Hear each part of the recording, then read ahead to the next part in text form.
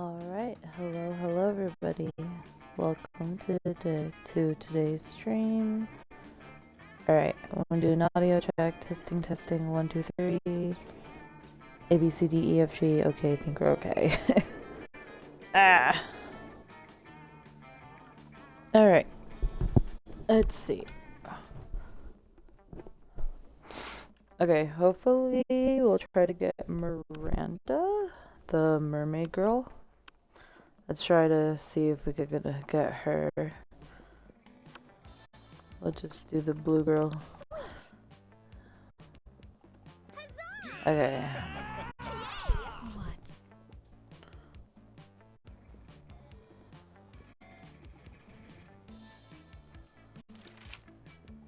Alright, take this damn quiz.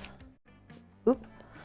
Democracy is broken. You put all the candidates in an empty room with the grizzly bear. I don't think we chose this option before. If you could put a curse on your worst enemy, what would you do?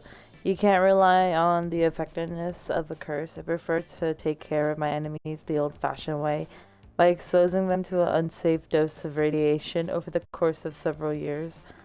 The curse of always meeting obnoxious people at parties who are super into fad diets and feel the need to explain them in detail. I curse them to fall in love with a wonderful person and be happily married for years before they realize that all this time their partner was a wild panther in disguise, and the path of viciously devours my enemy. Classic. I think the first one. What would be your dream first date? A lovely walk in the forest after rescuing your date from a dragon. I think this one is Miranda's. Yeah, there you go.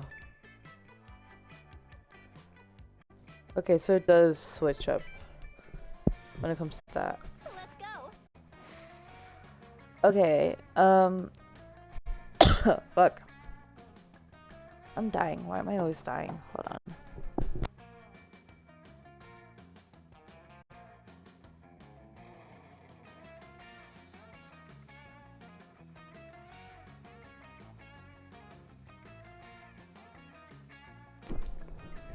Okay, I feel like Miranda, the princess, would like charm increase. So we'll do that. Let's increase charm. That day, an epic dodgeball match takes place. Everything seems lost, but you deliver an inspirational speech that fuels your team's spirit, leading to a spectacular comeback. You're clearly a natural-born leader. 2 charm, hooray. After all that, you decide to go look for a spot outside the school where you get some good sunbathing. But you fail to focus on your sunbathing since you see Scott and Miranda deep in conversation. It's a sports game thing, Miranda. I think I'm a good boy, but there's something that just gets me growling when I see that opposing team. Yuck. Oh, Scott, believe me, I understand better than you may think. It's exactly how I feel about those horrendous air people. What? Air people? Yes, Scott. Obviously, the air people. I know I've told you about them before. They're the sworn enemy of the mer people, and they must all be destroyed if they refuse to accept our superiority. Oh, okay. Oh, wow. All of them? That sounds really hard. It will be. They're a horrible, ruthless nation of feathery socialists who refuse to bend a knee no matter how many times my father invades. Damn. They don't like guacamole, Scott. Scott. They eat the crust of their peanut butter and jelly sandwiches. Disgusting. They wear socks with sandals. Socks with sandals? Is she talking about humans? Is air people humans to her? Huh. And fanny packs. Oh man, that's a pretty scary enemy. Miranda, what are the mer people going to do about it? That's a great question, Scott. We've tried reasoning with them through bombs, chemical warfare, and torture, but they're entirely unreceptive. Huh. It's really weird that wouldn't sway the air people, but maybe you can step in and help. Scott and Miranda probably have different takes on what's the best strategy would be, so think hard about what you pitch. Hi, Emo. How's it going? Reach a truce, use your great cheerleading skills to put an end to this feud. Wipe them out, take the Air Kingdom and Mer Kingdom by flooding the entire sky. Oh. Why, yes, of course, that's a brilliant idea. It's almost as if you know the old adage from my kingdom. If you can't bring your enemy underwater to drown them in the Mer Kingdom, Now to Miranda Vanderbilt. bring the Mer Kingdom to their kingdom and drown them there. Oh, that's an adage, Miranda. Also, what's an adage? No time to explain, Scott. Let's start Operation Flood the entire sky. Here, take a bucket full of water. Glory to the Mer people. They both start throwing water into the sky, which naturally falls back onto them. Oh no, we didn't think this through, Scott. I think it is obvious what is happening. Is it? Yes, the air people have built a powerful magical barrier that repels water attacks. No, I see. It's true that every time we throw water at the sky, it seems to be repelled back to us. Are they talking about gravity? Those treacherous air people. Yeah, that. They both start shaking threatening fists at the sky, with little to no effect. But Scott, how do they know to prevent our strategy? Disgraceful. Unless someone is feeding them information about our tactics. They look at you suspiciously before you can do anything about it. They're trying to rip off your face, convinced it's a mask concealing your true feathery visage. They eventually stop because your face isn't a mask, though. You knew that already, but their suspicions don't go away, and neither does the pain in your face. You lose smarts and charm. But she gave me a heart. What the heck? Did you not see my first message? Oh, what the heck? 2 people proposed less than 10 feet away from me today. Really? Interesting. Okay, Miranda. You arrive at your table to find the coven eating and Polly and Miranda screaming. We're under attack! Alarm! Alarm! Summon the guards! They're using their bizarro mind powers on me. The cute tall one and my less attractive evil twin. She used shades just like me, clearly because the evil twin thing. We're not attacking anyone, we're eating. What do you mean, less attractive? Disgraceful. Lies, subterfuge. I can feel them in my brain, making me less cool and sexy. Always the same with you. Every single lunch hour. You can't allow your friends to be attacked. Quick, save them from this fiendish menace. Joust them in Miranda's honor to drug their food. We'll joust them. You slap a colander on your head, a baking sheet on your chest, and jousting lance under your arm. My hero, charge! Vanquish the invaders. Whoa, hey, we don't want any trouble. We're just move over there. My knight in shiny armor.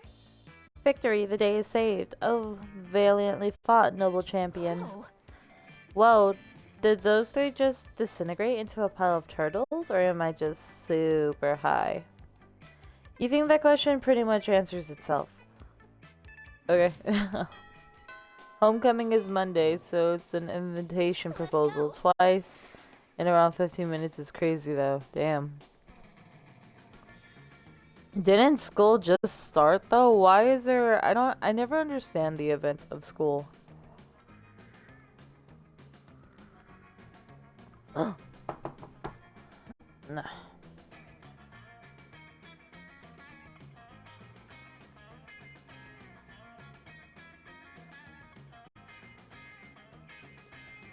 I don't know. I didn't even go to my senior prom. I skipped it. I did something else. Okay. Charm. I feel like she would like charm and boldness. She's at the gym, so we'll go to the bathroom. That day you skip class and just hang out in the bathrooms because you respect no authority. I guess some people just want to watch the world burn. by skipping class and hanging out in the bathrooms. You give 0 shits, but you gain 2 boldness. Later, you see Damien and Miranda chatting, and being a noisy little bitch, you decided to insert yourself into the conversation.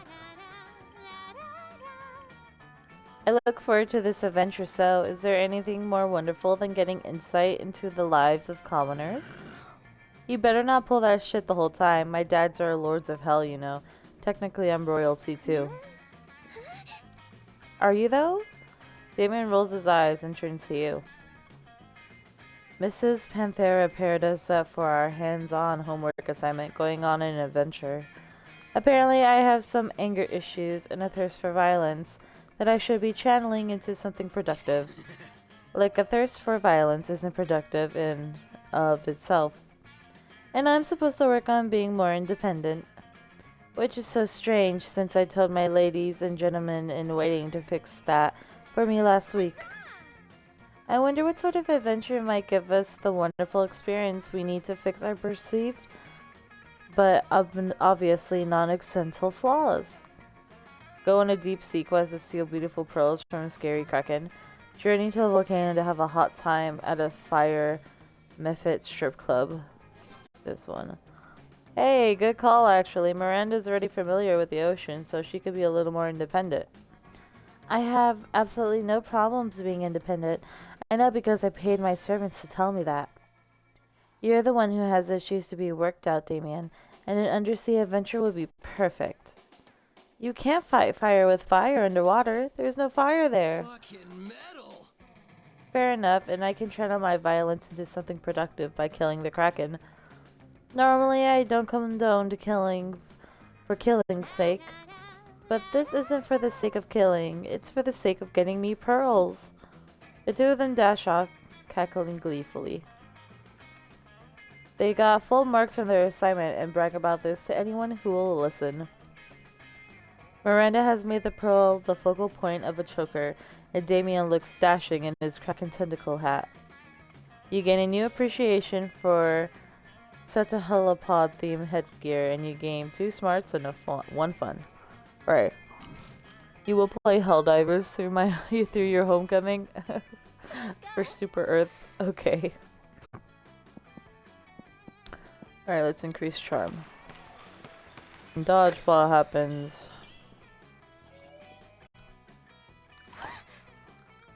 Woe is me, sigh. Could Miranda possibly be doing this because she wants attention? Only one way to find out.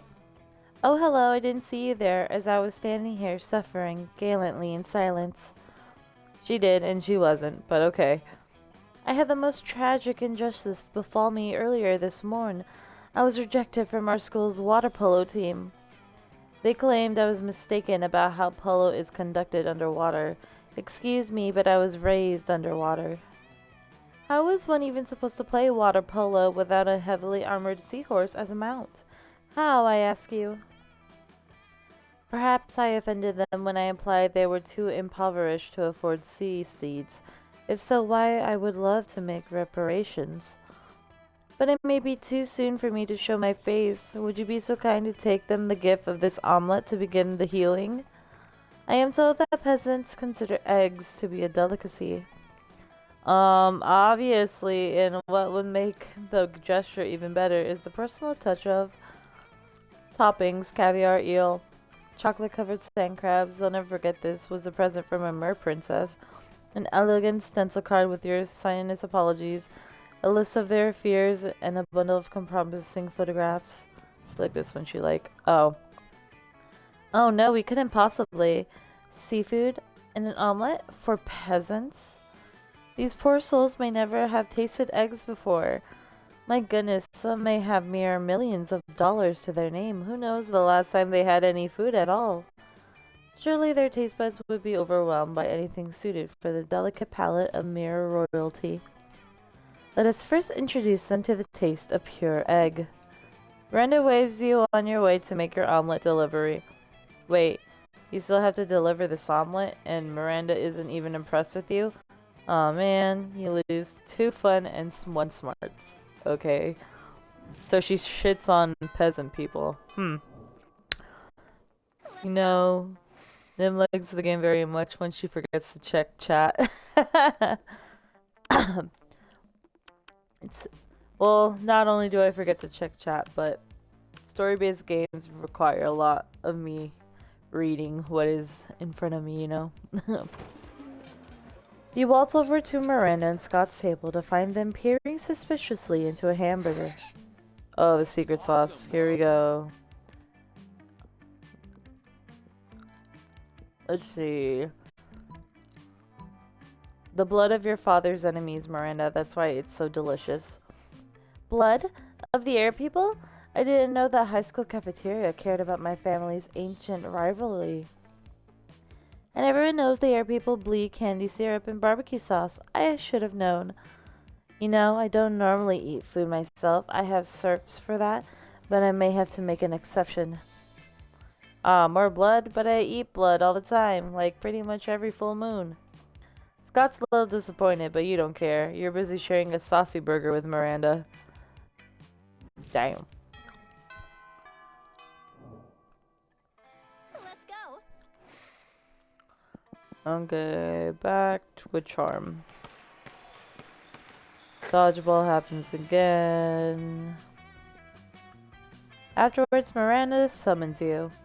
It feels weird to be summoned, but you comply. You can't resist her merman goons. Greetings, fellow classmate. Thank you for coming, my dear. I have finally decided to trust you with my most important aspiration. I am destined to be queen of prom. The royal ascension is nigh. We must prepare. Most of my competition is naive. They foolishly assume that prom queen is a purely ceremonial title.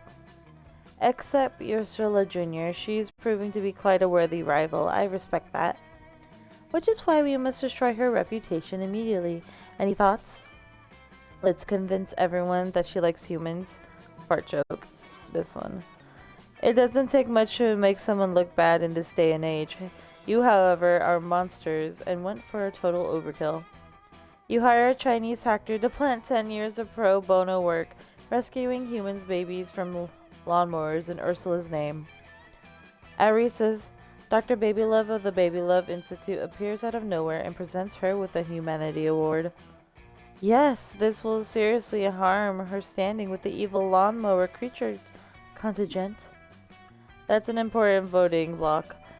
They're the ones who keep the schoolyard so tidy. You gain 2 boldness and smarts. Hooray.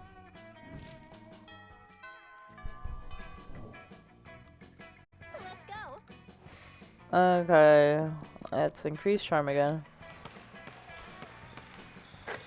More dodgeball. Miranda, obviously, oblivious to everything that's happening, approaches you, weeping. Disgraceful. Have you seen the news? The most dreadful thing has happened. The Lemurian monarchy has been overthrown. King Kraken no longer sits upon the throne of gold and baby skulls. Those filthy revolutionaries are saying he stole their daughters and ate their sons and forced everyone to work for free in uranium mines. So he made a few shrewd financial decisions. That's no reason to depose him. If some innocent kidnapping and slave labor was enough to get the peasants in an uproar, I shudder to think of my own kingdom. Do you think my people might resent being forced to hold up the corner of the palace where the foundation is crumbling? Do you think 100% income tax and the random cannonballs we fire into the villages might be taken as something other than expressions of goodwill? Could this plague of civil unrest infect my own domain? Oh, perish the thought. I am inconsolable. Console me. How might I safeguard my kingdom against the fate of good King Kraken? Replace all your subjects with mindless robots. I built a robot army a few months ago and I still have the plans. Give all your subject belly rubs. Fishies love belly rubs. I feel like she liked this one. Okay, maybe not. These plans seem to be a photograph of a toaster oven with red eyes drawn in it. MS Paint. This may have worked well enough for a terrestrial robot army, but can you imagine employing such a thing underwater? The results would be simply shocking. Devastated as you are, you don't have the emotional emergency energy to appreciate Miranda's hilarious parn. pun. You lose 2 fun and creativity. Bruh. I'm having... What? I can't talk. I can never talk, bruh. Let's go. I love porn. Parmesan. As you approach Scott and Miranda's table, you see the entire table is covered in exotic silverware. Oh boy, here we go.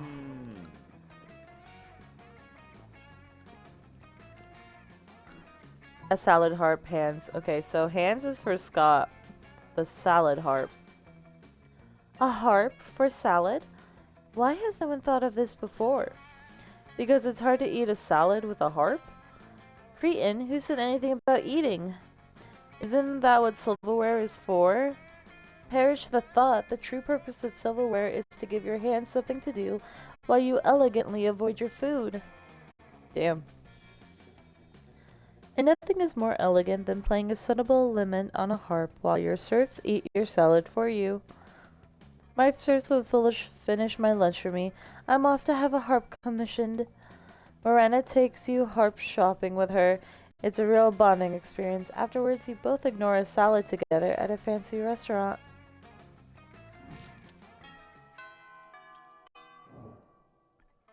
Let's go. Do like none of them eat? Yeah, we should probably get some fun up. That day during recess, you start a half-hour rave that goes full crazy. You have no idea how it escalates so much, but at one point there are like 300 people. Someone summons demons from a nightmare dimension. The consequences might distort the fabric of reality itself. But who cares? It's a rad party. You gain 2 fun. Also, when you ask me how I'm doing, I'm really fucking stressed. But I have a lot of resolve to fix what is wrong. Oh no. I'm sorry, Emo. I hope everything works out in the end. Somebody puts a sack over your head and throws you in a car. You drive for hours before they let you out and take the sack off. It's clearly the first floor restroom. Miranda is sitting on a makeshift throne while her goons jump in and out of the toilet. What the heck? Greetings and salutations. I'm glad you came. My prom queen campaign is moving on to the next stage. Your expertise is crucial for this part. Most of my inner circle are fish, hardly helpful unless genetically engineered beyond recognition. Speaking of which, I need you to help me sneak a 3-meter-tall, heavily armed cod assassin named Tresca into the school. No reason, but if you're friends with that singing harlot, Ariel, you best say your goodbyes. Damn, I'll do nothing. Every student at our school is some kind of bizarre monster. We need a diversion. Release the Kraken. She didn't like that one. Hours pass as you wait for Tresca at their rendezvous. Miranda finally gets a call. She finishes it and turns to you furious. That was Tresca. He was forced to take a Spanish test. He failed it because he is a cod and they expelled him. My greatest assassin beaten by a pop quiz. It's a national tragedy. Miranda forces you to spend the next several days in prison with Tresca, teaching him Spanish for the next time. You lose 2 fun and boldness. Damn.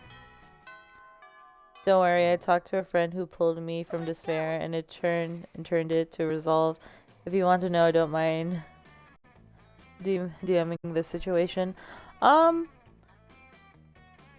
It's okay. You don't have to tell me if you don't want to.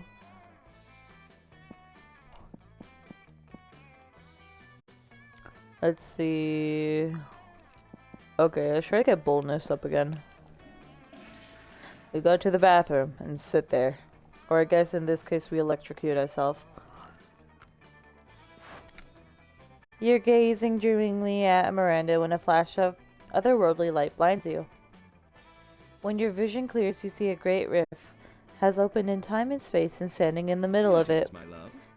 It's me, Prince of the Otherworld, and I am here to fulfill an ancient prophecy. How majestic. A prophecy? How exciting and regal. What sort of prophecy is it? It is a prophecy of love. Oh boy, here it comes. Legends foretell a great beauty with the hair of an angel and the scales of a fish, a beauty who I am destined to marry. But that sounds like a perfect description of me. Could it be that I am the great beauty described in the prophecy? Well, yes, that's sort of what I was trying to imply. Now come with me to my realm, where we may plan a magnificent wedding. You can't let him get away with this, but that prophecy is hard to argue with. The only argument you can think of is the hair of an angel? Ha! Miranda has the hair of a goddess. What about the fish scales I glued to this handful hair of pasta? It's true, the very hair you now look upon was stolen and crafted from the scalp of Thetis herself. Daddy really does insist on the best hair for all his children, even if it angers the gods. Ah, well, perhaps the prophecy was speaking metaphorically. And yet, technicalities are the very things these sort of prophecies turn upon. Oh, alas. With that, I could find a princess with less perfect hair.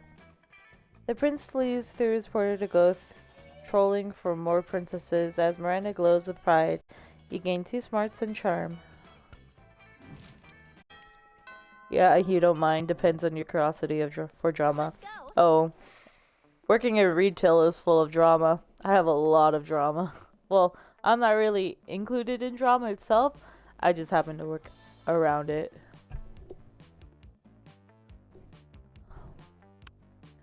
Alright, Miranda is with Vera. Why wouldn't it let me go? Okay, there you go. You arrive at your chosen table to find Miranda folding napkins at Vera. Okay.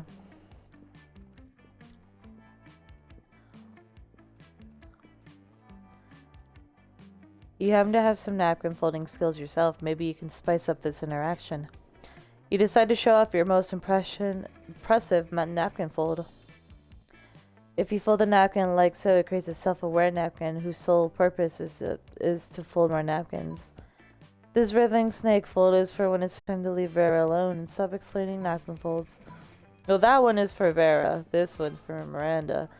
Oh, that's adorable. Look at it folding everybody's napkins. It's like a tiny, adorable surf. It looks like it's folding the other napkins into more self-folding napkins. I know, it's so efficient. Go, little napkin surfs, be free. Aren't you worried this will turn into a self-replicating napkin scenario, progressing geometrically until the world is nothing but napkins? Why, that sounds lovely. God, you're impossible. You seem to have mispronounced impeccable. Whatever, I'm leaving before the napkin folk take over the world. Vera leaves you alone for a romantic lunch with Miranda.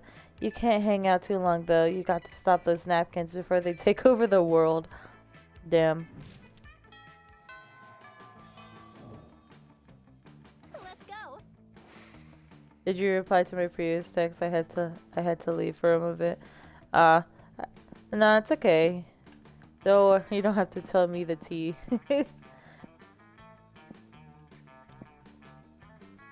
Let's see. Fun is outdoors. That day during recess, you start a half-hour rave that goes full crazy. Okay. You see Miranda frantically running around and bothering people. You came up to ask what's going on. Come here, you're always trying to help us and impress us in the most absurd ways. I need your help. Have you seen my test surfs?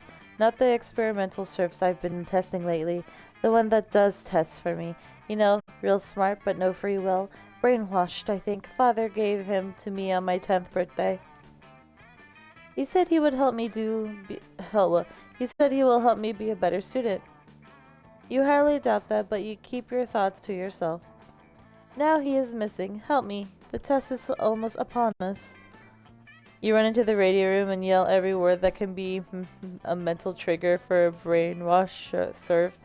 They must have put one on his head. That's how his mind fuckery works, right? Convince the little pack to use their super heightened senses of smell to find the surfs.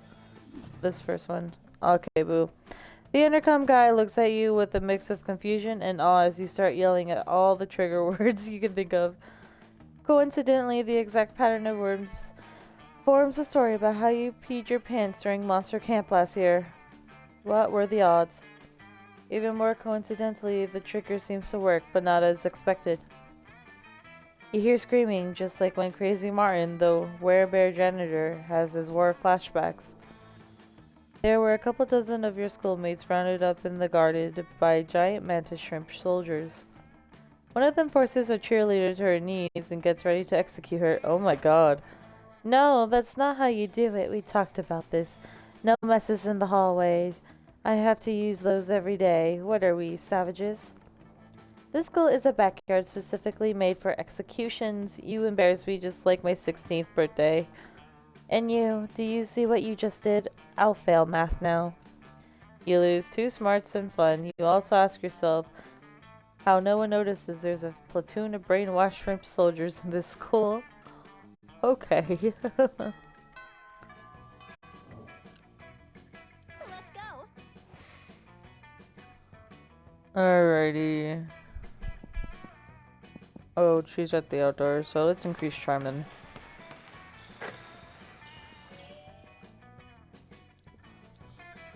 As you wander around talking to yourself like a weirdo, you notice Miranda walking around talking to herself like a weirdo. She seems to be addressing an imaginary crowd. Greetings, fellow classmate. Oh, hello. I was just practicing my royal way for when I am crowned prom queen. I feel there is a lot to be learned before I ascend to the throne. Naturally, as a princess, I am already great at wearing crowns, talking to cute animal friends, quelling rebellions through excessive force, and singing sweetly. But I lack administrative experience. I have never so much as issued a decree. I wonder what my first should be. You don't have the heart to tell her that the role of prom queen doesn't come with sovereignty. Maybe you should just give her some suggestions instead. Taxes. Taxes are fun. Paint every student pink. Oh, okay. Pink? But why pink? Why not orange or gold or lavender? You start to tell her that it could be any color she wants, but she just continues talking over you. I imagine as well just set them all on fire and turn them all black. Disgraceful. And what good would that do? What use would my subjects be to me if they were all charred to a crisp? What a horrid suggestion. You try reminding her that you never said anything about setting anyone on fire, and that was all on her, but she already hotly stormed off. You lose fun and creativity. Goddamn. We have no fun. Let's go. Okay, she's over here. You find Liam artfully arranging his food while Miranda diligently sorts her silverware. Neither of them is eating, obviously. Have you found it yet? I'm trying, Liam, but finding the perfect silverware for your cafeteria food pick is an art, not a science. How hard can it be? It's just silverware. Just silverware? And I suppose the food in your food pick is just food? No, it's a metaphor for urban consumption in a post-modern, industrialized mega society. Well, my silverware is a metaphor for silverware? Yes. Is that not enough? It's more than enough, but can we hurry it along? The lighting is perfect right now and I don't want to lose it. You're a bit of a silverware aficionado yourself. Maybe you can speed up the selection process while simultaneously demonstrating your knowledge. Try the picture fork. It's a fork for taking pictures of. What? Nothing conveys elegance and taste like a gloating spoon. Ah yes, the gloating spoon, the most distinguished of utensils. What's a gloating spoon? Well, of course you wouldn't know about it. Rude. No, I wasn't being rude. Rudeness is simply the way one must introduce a gloating spoon. Oh, I'm sorry, I didn't know. Well, of course you didn't know. You're not as cultured as I am. Such a smug superiority, I am no match for this spoon. Miranda produces the gloating spoon with much fanfare. It looks like a regular spoon to you, but then what do you know, you peasant? Damn. You convince Miranda to spend some time with you after lunch, lovingly explaining the spoon's finger points, even though spoons don't have points. Oh, finer. Bro, I can't read.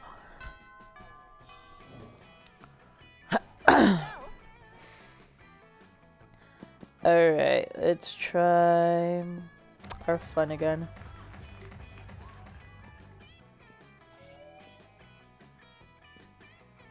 You catch Miranda monologuing about her problems to no one. She often does this. It's like she's accustomed to having a royal scribe following her everywhere she goes. Oh, whatever shall I do about my army? We haven't had a proper war in months, and the soldiers are becoming ever so anxious.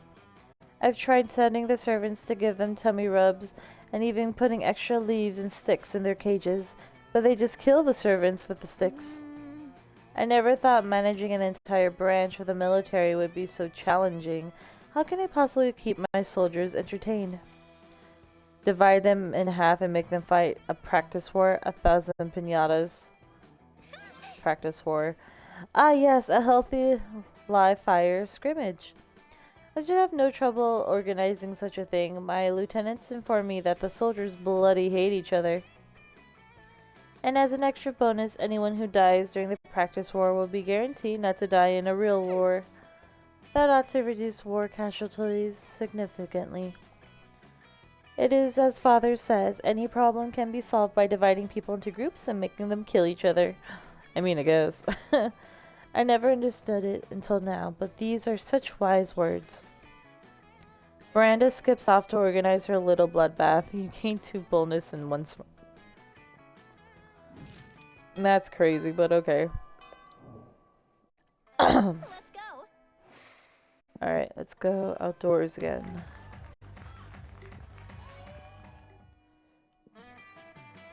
Miranda's not paying any attention at all to what's going on at the rave. She gazes out the window and sighs dreamingly. Ah, summer's almost here. Underwater skating, ocean polo, brutally suppressing food riots in the public square. I can hardly wait. But I do feel dreadfully sorry for those who are not fabulously wealthy enough to enjoy the same summer pastimes as I do. It's so sad. Wait, you're a poet, aren't you? What do you do during summer? Do you play in garbage or starve recreationally? Truly, what are your plans? Why, madame, I am insulted by your assumption. My family, too, possesses many fine estates. You haven't heard of them because they're in the sky. Yep, I play in garbage. Come with me, you'll love it. You take Miranda, who is understandably hesitant about this terrible idea, to your favorite garbage heap of all. A mile-wide island of plastic products floating in the midst of the Pacific Ocean. Great Kraken fangs. It's enormous. Is this all you're doing? Sure, what the hell. You're not above claiming credit for an environmentally catastrophe, if it'll get you laid. This is a gross violation of mer sovereignty. My family owns the surface rights for the entire Pacific Ocean. Who gave you permission to gather all these horrid baby dolls and use condoms in this gigantic whirlpool? Go be poor and disgusting on land, interloper. The sea is strictly for the disgustingly wealthy. Miranda dives into the ocean, leaving you to discover that half of the discarded toys on this island have gained sentience and hate you.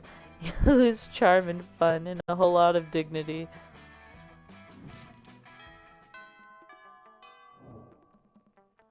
Let's go. Alright, here we go. As usual, Miranda sits before her immaculate array of carefully arranged silverware. Damien predictably is examining her biggest knife. So this is the one for killing people, right? Disgraceful. What? Good heavens, no. This is the butter dagger. It would be unseemly to use it on me. So what then? Am I supposed to use this scrawny looking knife to kill a dude? No, no, no. If you simply must kill someone mid-meal, it is customary to use the fish knife. This is Merfolk court silverware after all. That tiny thing? I might as well wait for my victim to die of old age. That is usually how it's done in my kingdom, yes. That or poison. This is ridiculous. Yo, you there. Which knife would you use to kill a guy? And don't say the fish knife. The fish knife? A spoon. What, you need blades to kill people? The fish knife. I said not to, but you said it. Ugh. I'll show you which knife is used for murder. Damien picks up the big scary knife and he waited to use in the first place and lunges at you. You pick up the fish knife. Yes, defend my honor. Make sure to hold the knife with pinky extended. What? How did you disarm me? I am normally the best at stabbing. Fuck me, I guess the fish knight really is the best for murder after all, huh? One must never doubt a princess in matters of silverware, my dear. Miranda is so impressed with your prowess in combat and silverware, she awards you her napkin as a token. Wow. Let's go. Okay, let's boost our charm back up. Dodgeball. You see Miranda hovering in the hallway, whistling to herself and checking out her reflection in her own scales. Why, hello there. How funny and random to see you here entirely by coincidence near your locker. Seeing as how we've been getting on so well lately, I have decided to afford you the honor and privilege of taking me to the seahorse races. You can pick me up after school today and bring me an assortment of flowers and chocolates as a gift. You're welcome. Aw man, a chance to buy shit for Miranda and takes her on an outing you have no interest in? Sounds amazing, let's rock. You go to the horse races and look for Miranda. She's wearing a beautiful and intricate horse race hat. Unfortunately, a sudden gust blows the hat away. You could swear that you could hear the wind whispering, "Not enough budget," but it surely must have been your imagination. No, my hat! Hey, I'm here, hi, look at this. Daddy always gives me money when I go to the seahorse races. It isn't much, of course, why only plus 3 million money, but it should still make things more fun to bet. Of course, nothing would sour this lovely date faster than picking a losing horse, so I'll put this daunting choice entirely on you. How should we choose the winning seahorse so that this day goes down in memory as a pleasurable experience rather than a sign that we should never speak again? Yikes, no pressure then. But no worries, you know the perfect method to choosing winning racehorses. The only way to tell a winning seahorse is by taste. Why watch people ride seahorses when you could be riding me? No, literally though, get me a saddle and let's enter the race. By taste? Aw, by taste? Yes, of course, Daddy always says I have excellent taste in things, and I pay my servants to agree. So why should I have anything less than great taste in tasting horses? Let's go. You and Miranda sneak down to the stables where the race seahorses are kept and proceed to slaughter all the seahorses. You start a fire and go about delicately grinning each and every seahorse to perfection. Miranda pulls out a fancy cutlery she always carries with her, and the two of you begin a delightful feast. Oh, most excellent Romanian sapphire taste is a little like strawberries and creams and sunshine. Yuck. Grand Slam Pricks 4000 tastes like dirt. Definitely not a winner. My goodness, Little Perfect Pixie Sunburst Jambotron tastes just like rotten fish. A true delicacy in my kingdom. This will be the winning seahorse, I'm certain of it. You and Miranda put all of your combined money down and hurry back to your seats. It's not until you've taken your seat that you realize your bets are meaningless. There is no race. You've eaten all the seahorses. Oh no, you've ruined the entire race. I was so looking forward to winning. Not because I need the money, just because I like triumphing over peasants. And now you've taken that away from me. You're a horrid date. You've ruined everything. Miranda storms off in a huff, leaving you to contemplate how you could have possibly thought killing all the seahorses would allow any of them to win. You lose 2 smarts and money. You bet on a consumed seahorse. Oh boy. Who will you ask to prom? We're gonna go with Miranda. Ask Miranda to the prom? Yes. Let's go. You finally pluck up your courage and ask your beloved to go to the monster prom with you. Yuck. My sisters told me that I could get a disease if I dated commoners. Stuff like crabs or poverty. I must decline. Disgusting. Bruh. Failing at monster prom broke the essential process of growing up in your life. Bruh. You become fixated on it and you never became a functional adult. Now you're just an old person that sits at a park and talks to strangers about the time you almost got a date to the monster prom. Bruh. It is as weird and as sad as it sounds. Bruh. Okay, we got 15 new events, 18 new outcomes. Most likely to become lasagna. What the fuck? Miranda, most kingdoms invaded. I mean, I guess. What the heck? Okay, we don't really care about this part. I could skip this part. No, I can't. Skip, skip, skip. Skip, skip, skip, skip. Skip, skip, skip. Okay. Hooray. Okay. I will be right back.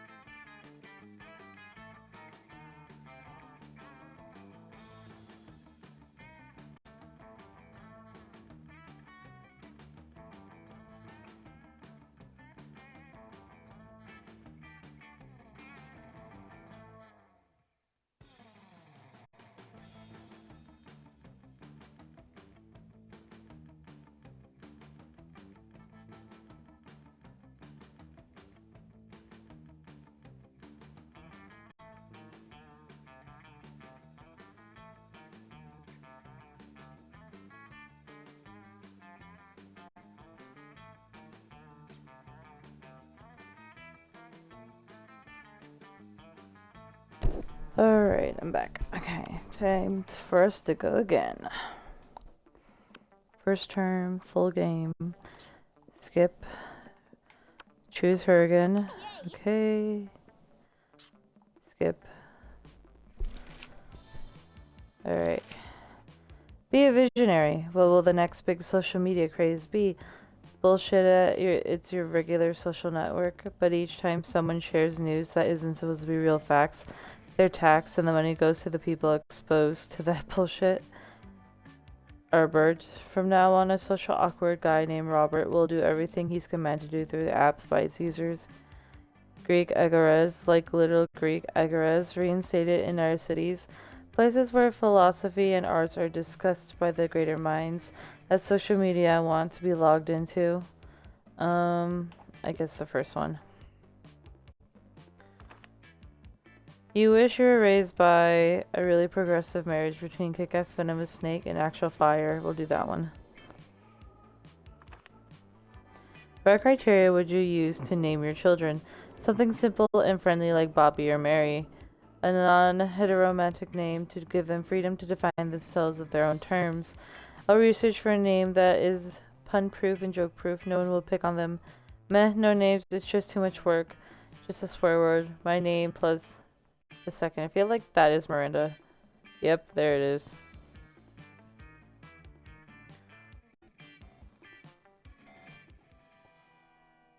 Let's Okay.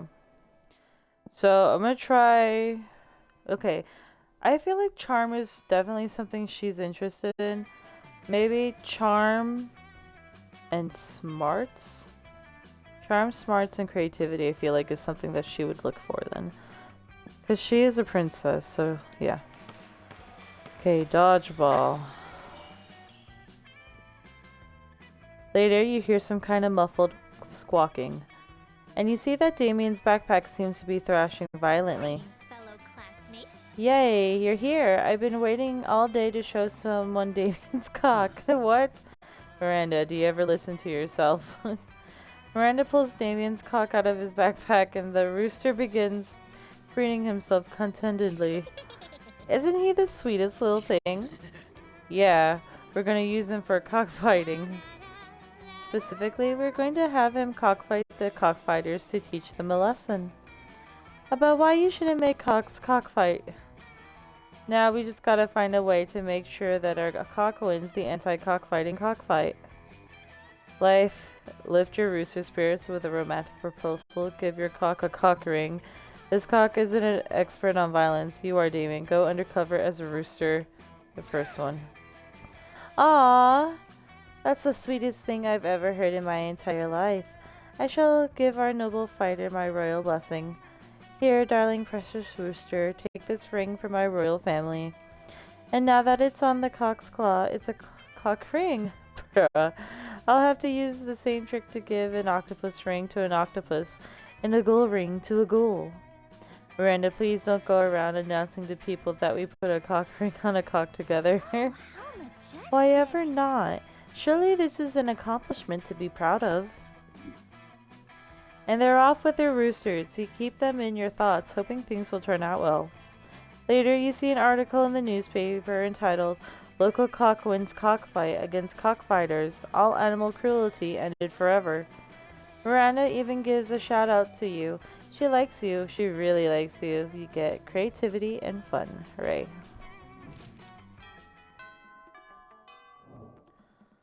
Alrighty. It's lunchtime and she's with Liam. You find Liam artfully arranging his food while Miranda diligently sorts her silverware. Okay, it's this one. Can I skip this part? Oh, damn, you can't. Ah, boo. So you can only skip, like, the reading parts in the beginning, not during, like, the game. Try the picture fork. Nothing conveys elegance and tasting like a gloating spoon. Yes. She loves that answer.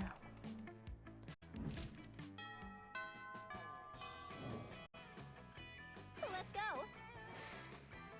Okay, let's see. So, charm. Let's increase charm again.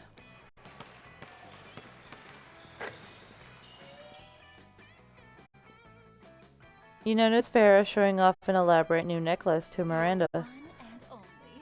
They're the crown jewels of Limera. My family acquired them in a cutthroat business merger. Do you like them?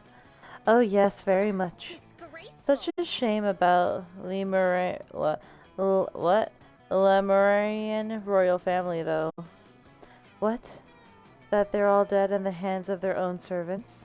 No, that was unavoidable once the true tragedy has taken place. They were no longer loved by their subjects. Feared, you mean? Oh no, fear is so scary. Love is what matters.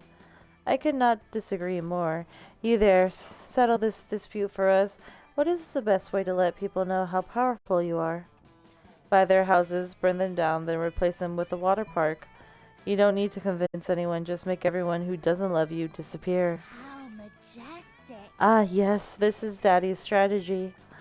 The amazing thing is that once the bad people start to disappear without explanation, even people who used to be bad start being very good.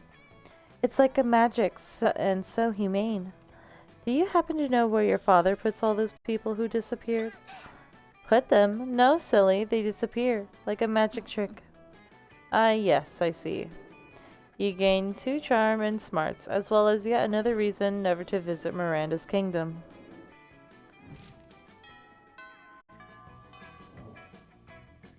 Let's go. Okay, so Let's work on our creativity. Oh, it's auditorium, but she's there. So we'll go to class. That day you listen to your elders and learn valuable lessons. Sometimes after all the monster nonsense and the dating gimmicks, you forget that attending class is supposed to be the primary activity at this high school. You gain 2 smarts. You notice Polly bent over her phone while Miranda tries to peek over her shoulder. Something really interesting must be going on Polly's phone. When you get closer though, you see that Polly's just on horny dating app Trainmart again, swiping right on everybody. Miranda seems entranced though and a little worried. What did you say this was called again? Horny dating app trademark? And it's an app for finding true love?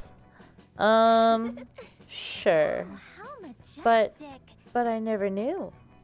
I have spent countless hours going to royal balls and kissing frogs and pretending to be a magical slumber, when I could simply have been using this app. I mostly just use it for collecting dick pics.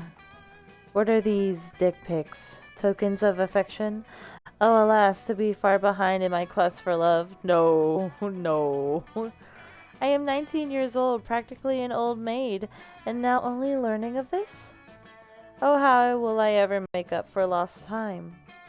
Don't worry, I'll coach you in the mysterious ways of horny dating trademark. You'll have a whole harem in no time. You still don't have horny dating app trademark?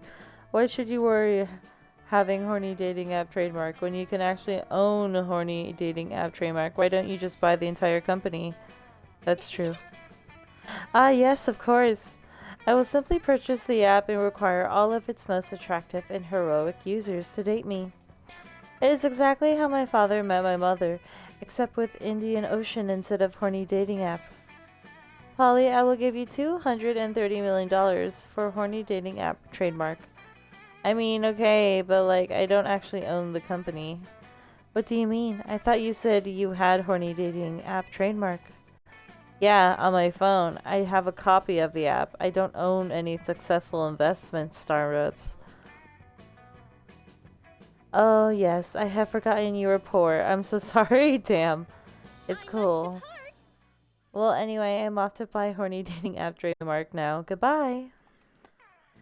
Have fun. Now might be a good time to uninstall horny dating app trademark from your phone. Meanwhile, you gain 2 creativity and 1 smarts.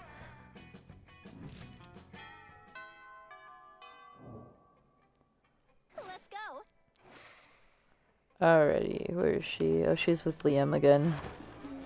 You notice Liam looking disgruntled, which is his defaults or whatever. But it seems like Miranda is pretty upset too. Better check it out. Liam, why are you typing on your phone so angrily? Did your phone offend you in some way? Why are you mad at it? You seem to be an 8.5 on the frowny Liam scale. Damn, she's keeping a track of his mood. The what? The frowny Liam scale. Normally I can tell how people are feeling from their faces, but you seem to be frowning most of the time, so I created a chart to measure your frowniness. Damn, she got a whole ass chart for him. Miranda pulls out a notepad and displays a series of doodles of Liam's frowniness. They're not super accurate, but they are super adorable. I'm not angry at my phone. My so-called frowniness is caused by a heinous error. I specifically asked that my creature creme brulee be extra crispy, so it truly popped with my #massacre momentgram filter.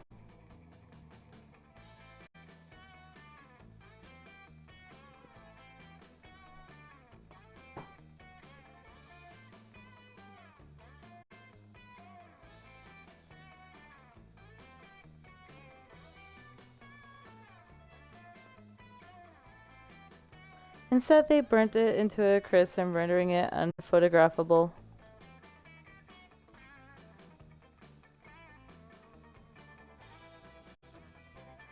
Monsters deserve to know what they're getting into if they choose to eat at this cafeteria, so they can choose to take their business to a different establishment, and so I'm writing a scathing Yelp review.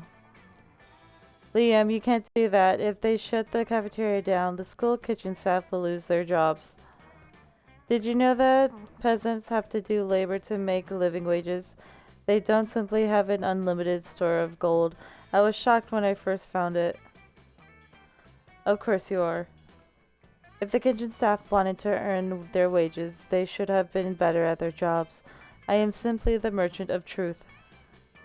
No, you're the merchant of poop. Your royal sophistication shines through. Look, ask them. Her taste may tend toward the mainstream, but surely she can see this subpar cafeteria must be exposed. Don't be ridiculous. They are surely more compassionate than that and would gladly help me save the cafeteria again. Again? Gosh, it's hard to keep track of your misadventures at the shit show of school. Still, you'll help if you can. Miranda, I can't undermine Liam's admittedly talented criticism alone. This will take an army of homeless people we pay to write positive bulb reviews of the cafeteria until we eclipse Liam's. Liam, one lone voice simply cannot shut down this cafeteria, at least not the voice of high schoolers. Let's get a renowned food critic to write a pulverized worthy exposed to be published in the most widely read periodicals.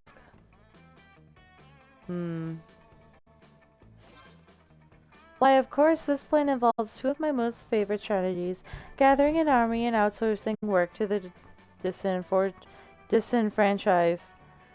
If it involved torture and suppression of dissidents, it would hit all my favorites, but there still might be time for that later. I don't even have a response to this. You go to the vast homeless population who wander the woods near the school, don't ask, and convince them for cafeteria is a trendy new restaurant that sells food for the most valuable currency of all. Positive Yelp reviews. Turns out people are pretty gullible when they're starving, so they flock to their cafeteria in droves. In droves? In droves and start writing spectacular reviews on their phones.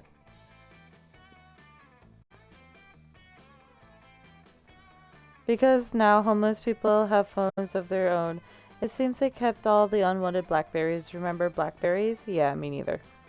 Miranda Vanderbilt says Principal Giant Spider bursting into the cafeteria with 8-legged Panji.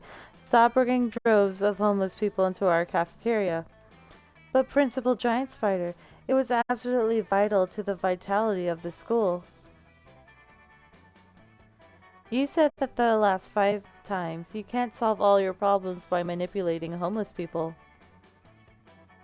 Notoriously, PGS storms out, but Miranda looks perfectly chipper. Oh, you may pretend to be upset, but I think the subtext was pretty clear.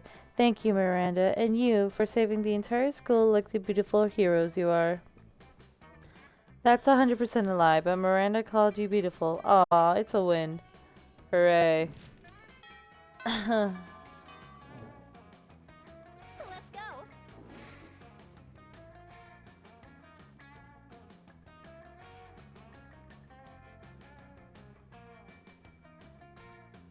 Hello, Emmy Josh. How's it going? Your streams are amazing. I just followed you. Keep up the great work. Success will surely come your way. Thank you.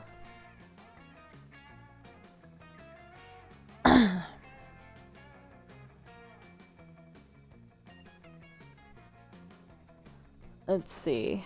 Time to do...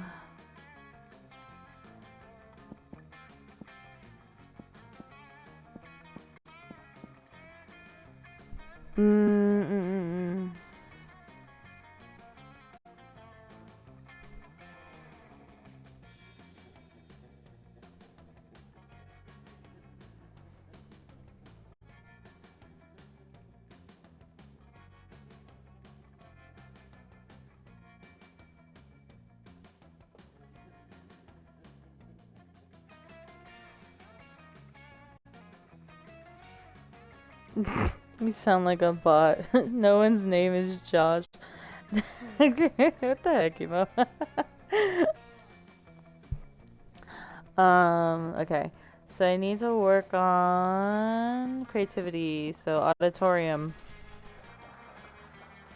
That day, while rehearsing for the class play, it's as though the muses themselves has descended to give you a figurative oral sex. Your performance is intense and inspiring. It will be remembered for generations, which is pretty rad by high school play standards.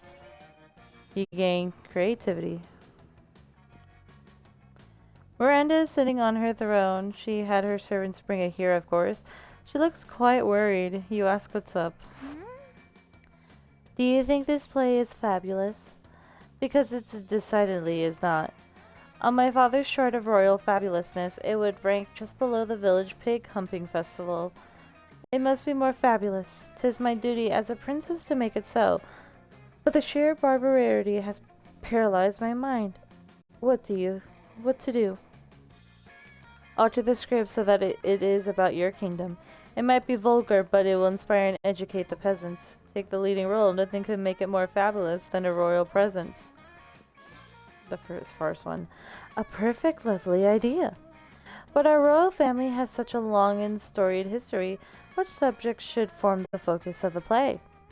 The liberation of the Tritons from their land. The glorious constitution that relieved people of their rights. I know. The referendum in which 146% of citizens decide that fathers should rule forever. What princess doesn't like propaganda? You got a bright future as a bard ahead of you. You gain 2 charm and creativity. Hooray.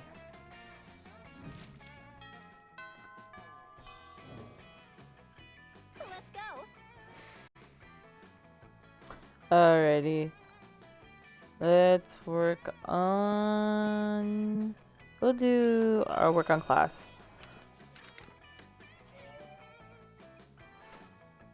At the end of class, Mr. Slenderman hands back your test from last week. You look over at Miranda. Whoa, you haven't seen her this mad since she found out My Little Pony was in a documentary. Disgraceful.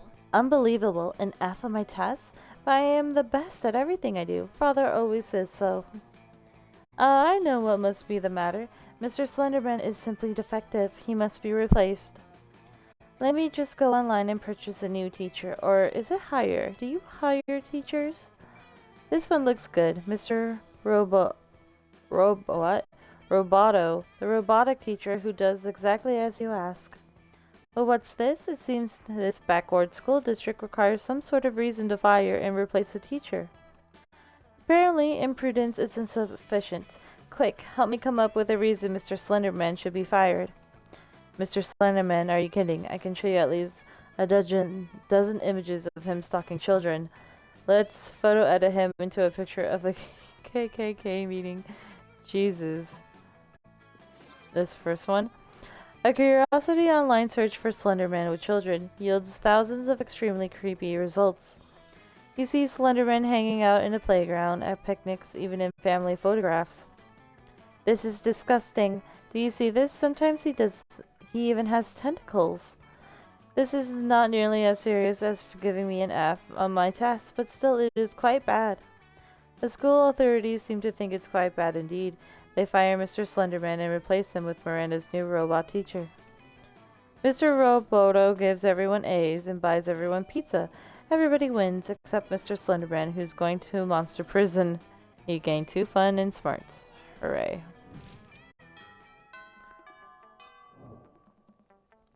Let's go. Okay, let's see. She's right here with Polly.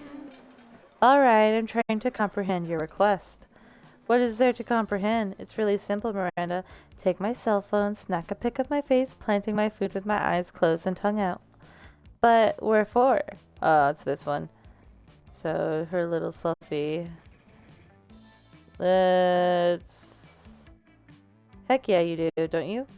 I surely do. It's entitled Silverware Wear, and it's where you take your most expensive culture and dress it in very fancy tiny outfits.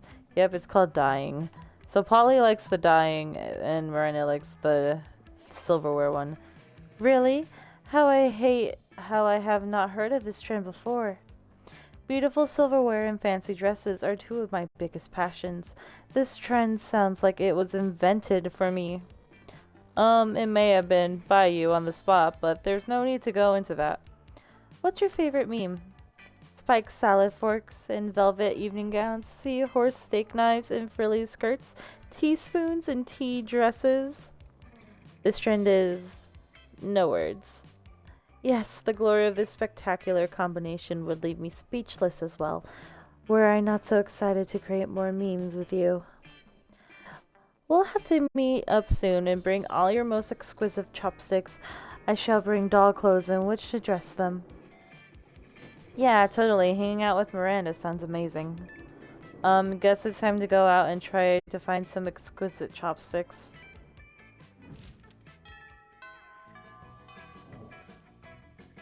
Let's go.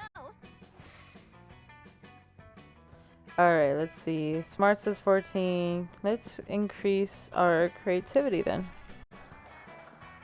It's kind of cute how we're a knight, and then obviously Miranda is like a princess. After rehearsals, you notice Liam, Polly, and Miranda staying late. You expect this from Liam, but Polly and Miranda? Something's up. No, no, no. We need something transcendent, something fresh. Liam giving us both back robes is neither of those things. Whatever. I don't like your tone. Honestly, I don't know why either of you even signed up to help with the intermission performance. Principal Giant Spider said I could do this instead of taking math. Academics at the school are just a joke. It's awesome. Intermission performance? Polly told me we were coming here for back rubs. Well, you're both here now. We've got to make the best of it. Let's give the audience the best 13 minutes of their lives. A rousing speech. You have my scepter. You know what? That does sound fun. Let's do it. So, any ideas? No. How are we gonna do a great performance if we don't even know what we're gonna perform? Reenact Snow White. Miranda can be Snow White. Liam can be the prince. And Polly can be every single other character. Literally just throw money at them. People love money.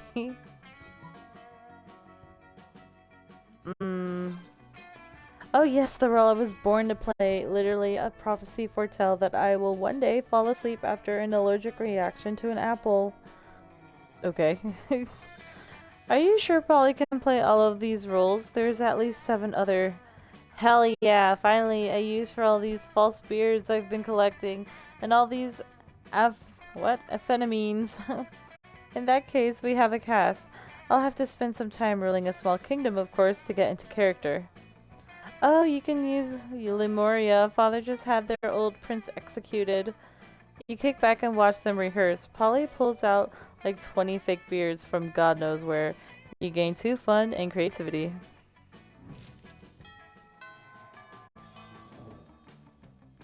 Let's go. Alrighty, let's see. Now we're gonna increase our charm again. A dodgeball. You see Miranda in her gym outfit in the far end of the gym swimming pool. Wait, the gym has a swimming pool? Why aren't you using it? Why are you always playing dodgeball? Why don't you get to see your classmates in swimsuits? Anyways, as you approach Miranda, she shrieks and her merman bodyguards tackle you to the floor. Who are you? Are you here to kill me? I'm just a better swimmer. This is no basis for an assassination. Wait, you don't swim. You have no fins, and without gills, you'll just choke right away. Could you help me with this situation? I'm the best swimmer in school. My parents said that it's just how it's supposed to be, but people sometimes get too jealous. My dad used to send such hoodlums to a farm. But now he says I'm not 11 anymore, so I have to learn to deal myself with the people who might plot my assassination. I have no idea who's even behind this. Can you help me catch those jealous people? How about a charity swim? You won't participate, and whoever comes first gets a ticket to the farm. Quantity over quality. Mines. Loads of mines. Those ones that make beeping noises with big chains and spikes. They're bound to catch someone, or at least swear the message across the ceiling. That is a delightful idea. We can make it a charity for serfs without a master. You know those sad ones without someone to give orders to them? I think they're called free people. And I have a list of farms from my parents. Like this one, Rancho Relaxio, but with fire instead of relax. They are not very good at naming, but they are quite good at fire. Your idea worked, but we probably should have talked about your pets. You get 2 fun and 1 smart. Hooray.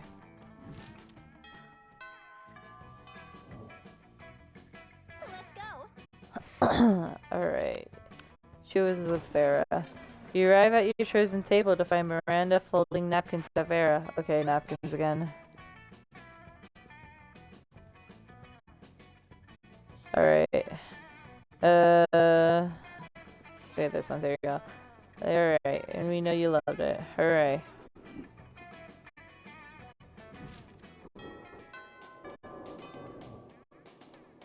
Let's go. Okay, let's increase charm again.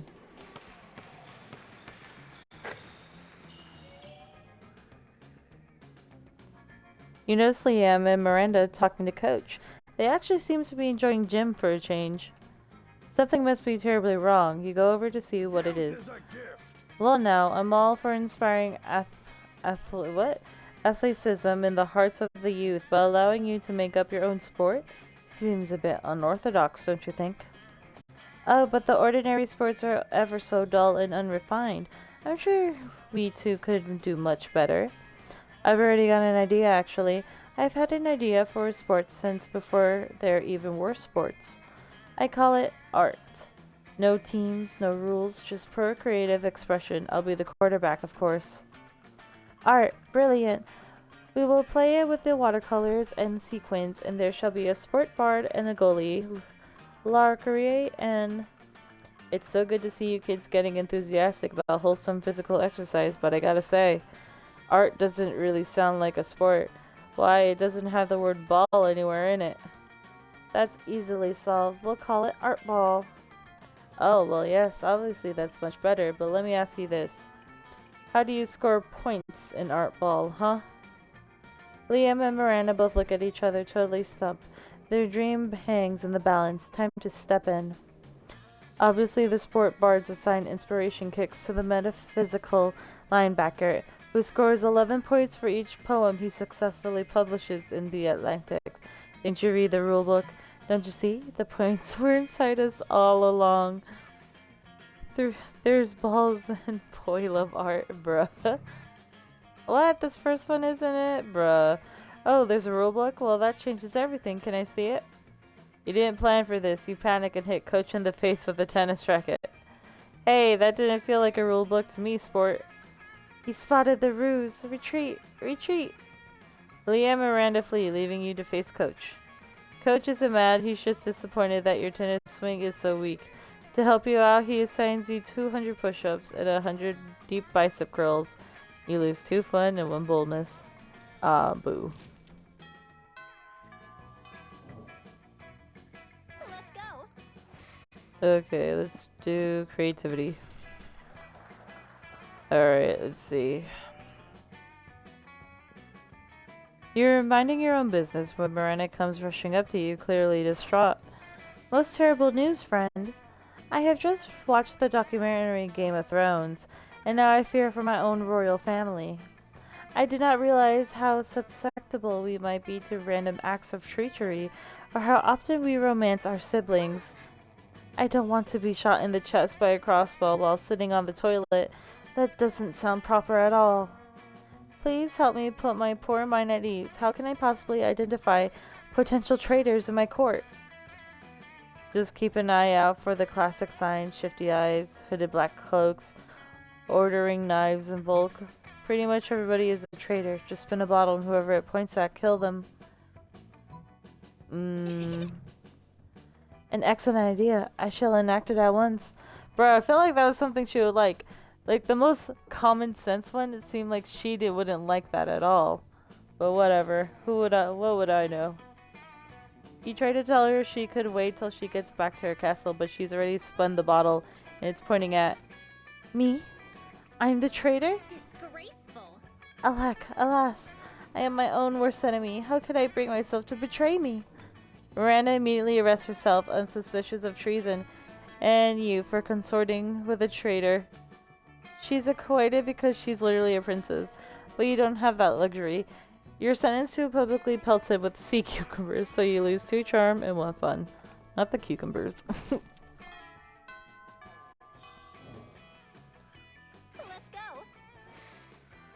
Okay. She's over here. The table you choose is quite crowded. Liam sits across from Miranda, who is flanked by two well-dressed servants. One of the servants cuts a slice of Salisbury steak and feeds it to the other. Seriously, Miranda, you have servants to chew your food for you? What? Of course not. That would be barbaric. The servant happily swallows the Salisbury steak. I have servants to eat for me. They're called eating serfs. Don't you have any? First of all, no, I don't eat food. Second of all, that totally defeats the purpose of eating. Aren't you worried about starving? Why would I be? My serfs get all the calories I need to stay fit and healthy. I have no objective reason to care about this, but suddenly it's all I care about. Someone convince Miranda to stop this madness. Maybe you should start this madness, Liam. Imagine all the food you could take pictures of without having to eat any of it. But Miranda, look at the contented smile on the servant's face. You think he's eating for you, but secretly he's eating for himself. You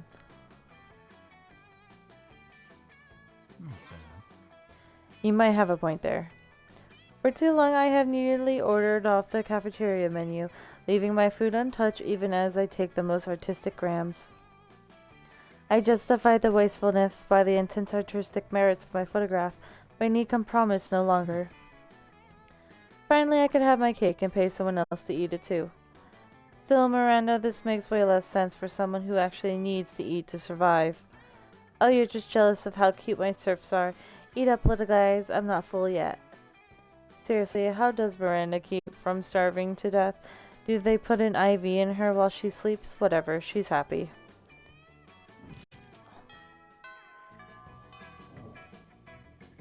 Let's go. Alright, let's try to get our charm back up.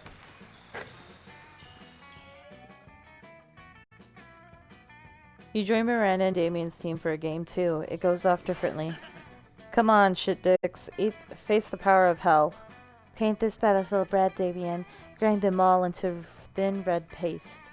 You express your worry and confusion over the number of corpses in the gym. Isn't this supposed to be a friendly game? Friendly? What the fuck is friendly?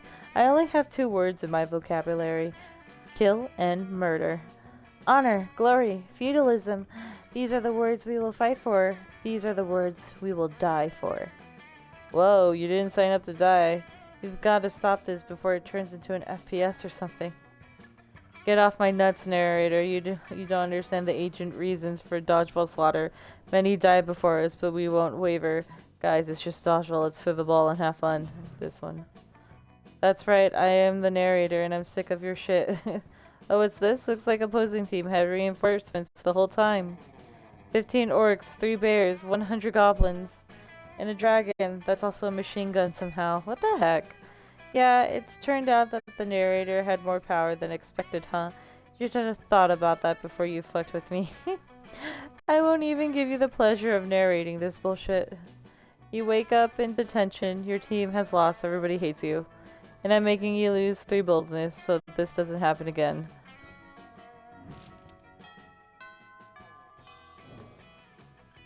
Let's go. Okay, let's just increase charm again. Youth is a gift. Alright everyone, let's get ready for a rousing round of middle-aged style shinty. Yes, really. Just kidding, it's more dodgeball. Liam, Miranda, you're the team captains. Miranda, you pick first. Oh, I guess. You? Miranda pulls you aside and begins talking in a stage whisper that is probably definitely audible to your fellow students. It's always a great blow to my honor to lose at anything, even a foolish peasant sport like dodging balls. Quite frankly, I'm not even sure that you're up to par, but you do seem like you spend a great deal of time examining our fellow students, almost as if you're obsessively ranking them in your mind as to whom would be the best prom date or some such. Oops. Oh man, did Miranda call you out or what? Tell me so that my royal reputation is not sullied by losing these paltry games. How best can I assess the skills of my fellow students and therefore lead my team to victory? Great question. Time to take a royal stab to her heart. Not literally, though, by coming up with an equally great answer. Loyalty is crucial. See who admires you the most by having your classmates compose ballads about you. It's not about the students as individuals. Think about how they fit together as an elegant set of silverware. Ooh. I feel like she liked this one. Oh yes, of course. Loyalty is the most important quality if I'm to lead my fellow blindly into battle, even fake battle. Alright, fellow students and general inferiors, if you wish to join me on my surely winning dodgeball team, you must serenade me one of my favorite topics, me. Acceptable these include my beauty, my intelligence, my talents, my ruthlessness, and my humility. Begin. Well, better your team than Liam, so here goes nothing. Miranda, your eyes shine like the sun, your hair is curled just right, your nose is ultra perfect, your fins are a delight. That's all very true. Next, please. If you were a sport, you be the best sport. That's the end. The song was short. I am delighted. Let us continue ad infinitum. Miranda shoots you the look of narcissistic fish maiden who had been told wonderful things about herself and is super into the person who made that happen for her. Score. You gain 2 charm and smarts.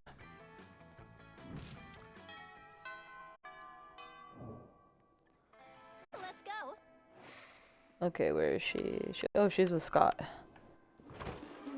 Is this a sauce thing? As you approach Scott and Miranda's table, you see the entire table is covered in exotic silverware. Oh, what's this one for? That's the forking. Okay, so it's salad harp. Salad harp. Alrighty.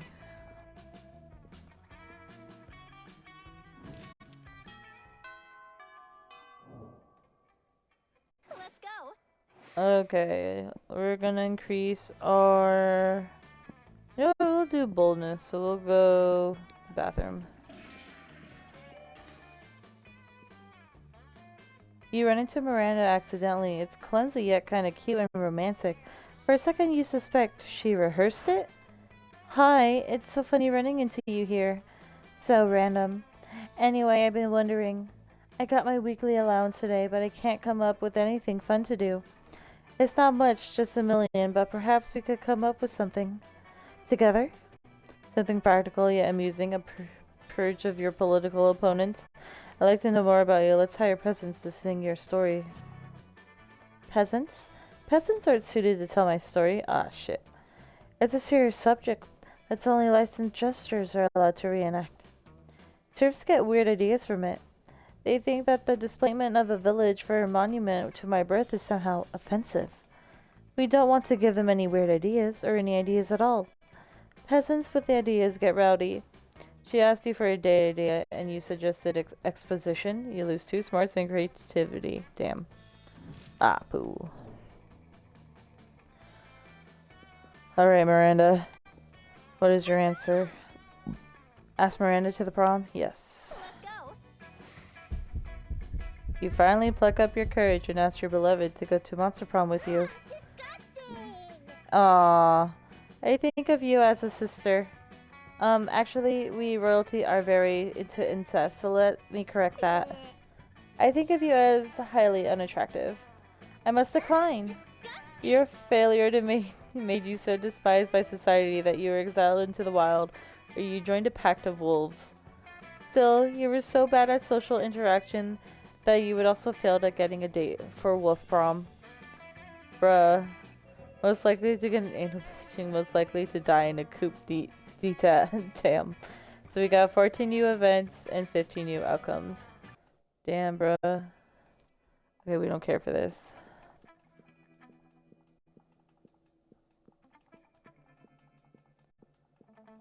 Man, this thing's for us forever. Okay.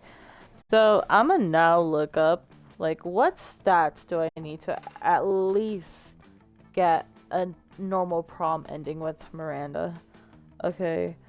How to get to prom with Miranda. How to get Miranda Monster Prom. There you go. Let's see, what stats do we need? Uh...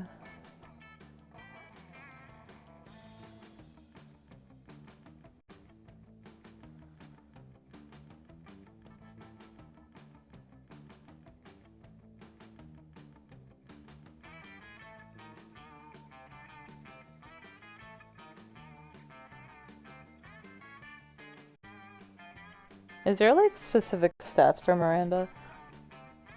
Let's see.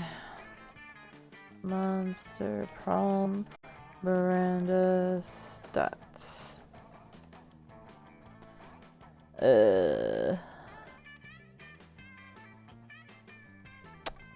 Let's see.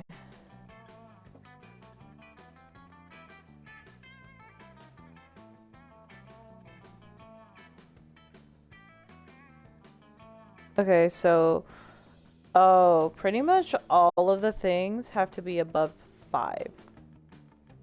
Okay, that's it. Interesting. Good to know. So we'll try to do that. Okay, skip. This is us. Let's go. Oops. Skip. Skip. The coolest reality show would be 12 experts on the various arts of seduction live in a house where they must face a common challenge, seducing a potato into marriage. 8 rich people fight in weekly challenges to see who the best at giving money to you. Yes.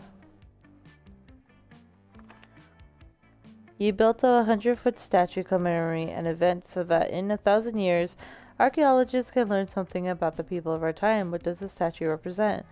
We did the rhinoceros last time, so we'll do something else. What would be a killer accessory?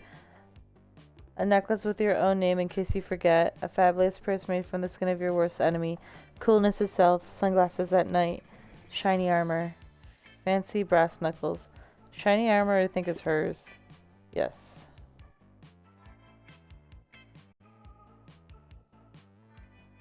So, wait, there is... Let's go. 1, 2, 3, 4, 5. 1, 2, 3, 4, 5. Okay, yeah, everything just has to stay above 5. So first, we'll do creativity. Auditorium. Ray. You see Miranda and Vera chatting away, their eyes gleaming, the gleam of the scheming. Crowd surfs isn't doing nearly as well as I thought it would. Oh, if it isn't you. Greetings, fellow classmates. Would you like to be a customer? Once upon a time, surfs were the only for the rich and fabulous, like Vera and myself. But now, thanks to our app, CrowdSurfs, you too can have your very own crowd-funded surf. The app is being generously funded by my royal family, who wishes for everyone to experience the joys of royalty and get richer off of it. I think our business might be failing because the surfs are simply not of high enough quality to maintain customer interest. The surfs need to have more enthusiasm for their jobs. We need to recruit from the right locations. Don't be absurd. If there's one thing being royalty has taught me, and there's definitely more than one, it's that you can trick anyone into doing anything as long as you give them the right incentives. But why not start with an easily manipulated in the first place? What do you think? Bear's right. Why not recruit people who want to be bossed around at Leather Daddy convention? Miranda has a point. Everyone wants to win, host in an unpaid labor competition, where the prize is doing more unpaid labor. Oh, what a delightful idea. It's true that for those who are not born to fame, gaining it or watching others gain it is a favorite pastime. I'll have my press agent advertise it as the hottest competition since Montrealopolis' next top terror. And so who wants to be an unpaid laborer is born. People compete their hardest at various demanding tasks, and the worker gets to continue to perform them as a serf. There you are, my most loyal of subjects. It seems everyone is caught up in surf mania. Several new spin-offs have been ordered, including Unpaid Labor with the Stars and The Real Surfs of Monstropolis. Magazine covers are now feathering the 100 hottest surfs. We have a waiting list the size of Miranda's ego. That's the Kraken calling the octopus tentacle, but whatever. Our business is making me even richer and more notable than I was before. And it's all thanks to you. You may be a peasant, but in my eyes, Don't miss you're me. a slightly less filthy peasant. You never thought you'd hear Miranda say such kind things. She must really likes you. Miranda and Vera give you a cut of their success, earning you money and charm. Ray. Let's go. Okay, Miranda.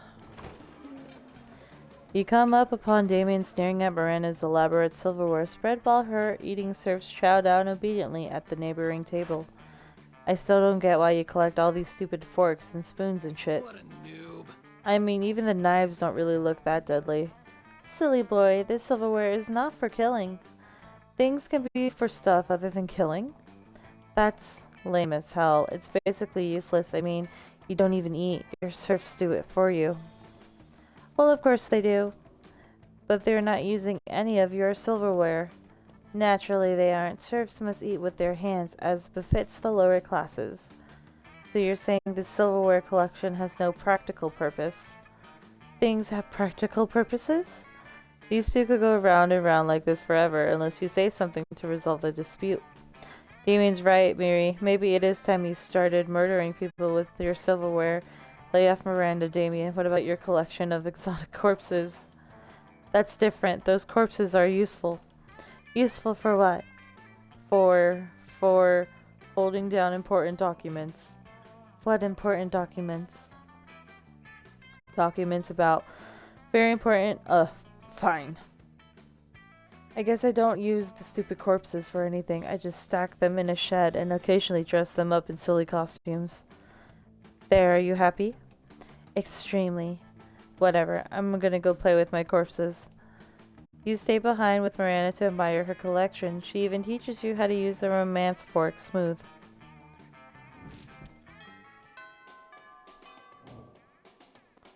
Let's go. Alright, time to go to the bathroom.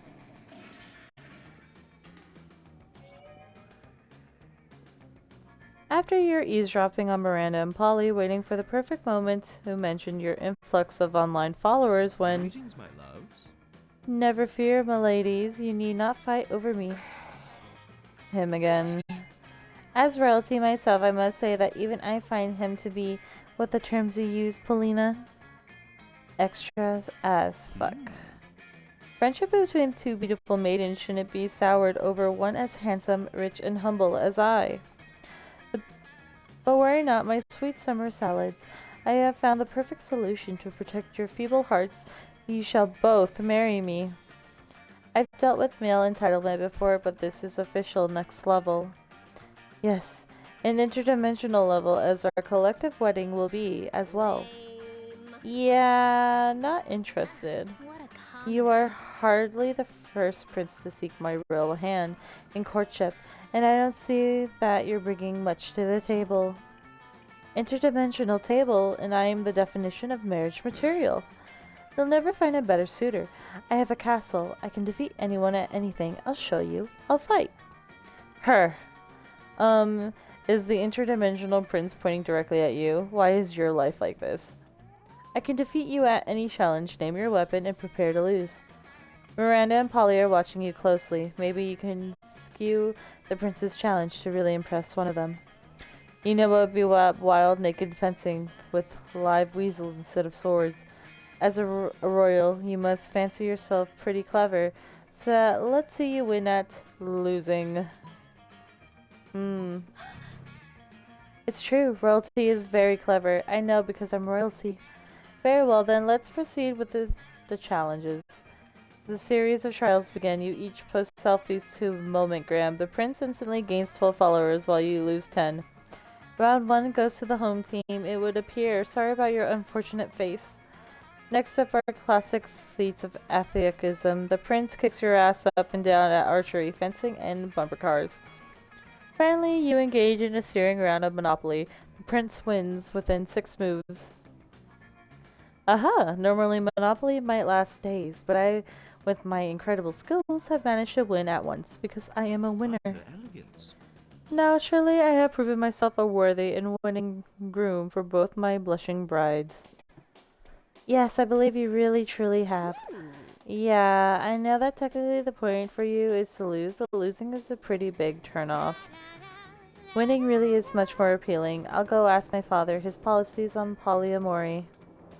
You can trust Miranda's father to put the kibosh on allowing his daughter to marry the same prince as a coked out ghost, but you still look pretty dumb. You lose 2 charm and 1 smart. Damn. I feel like the naked one would have been bad. Okay, so we need to bump up charm. Oh, she's at the gym. Shit. Then let's do creativity.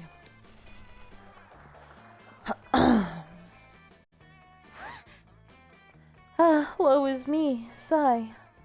Could Miranda possibly be doing this because she wants attention? Only one way to find out. Okay, so she wants... Oh, it's this one again. Her water polo. Oh, okay. She wants... Oh, yeah. Toppings. So toppings was not a good one. So it's an elegant stencil card with your sincerest apologies, a list of all their fears, and a bundle of compromising photographs. Oh, I would much rather not have to learn so much about my fellow students. Do you know how many of those poor, impoverished souls have mere millions of monster dollars? Not even billions, millions. I can't imagine how difficult it must to live so frugally, and I don't want to imagine it because it makes me sad. I would much rather they know how much I care about their lives without me having to, you know, care about their lives. That's exactly why an omelet is so perfect. It says, I like you enough to give you this egg. Please don't talk to me about personal issues. What? But when we choose the topping one, she didn't like that one either. Now off with our delicious eggs, and don't ask any questions about their sad, dreary little lives. It's hard to imagine how anything Miranda said could have possibly offended the water polo team.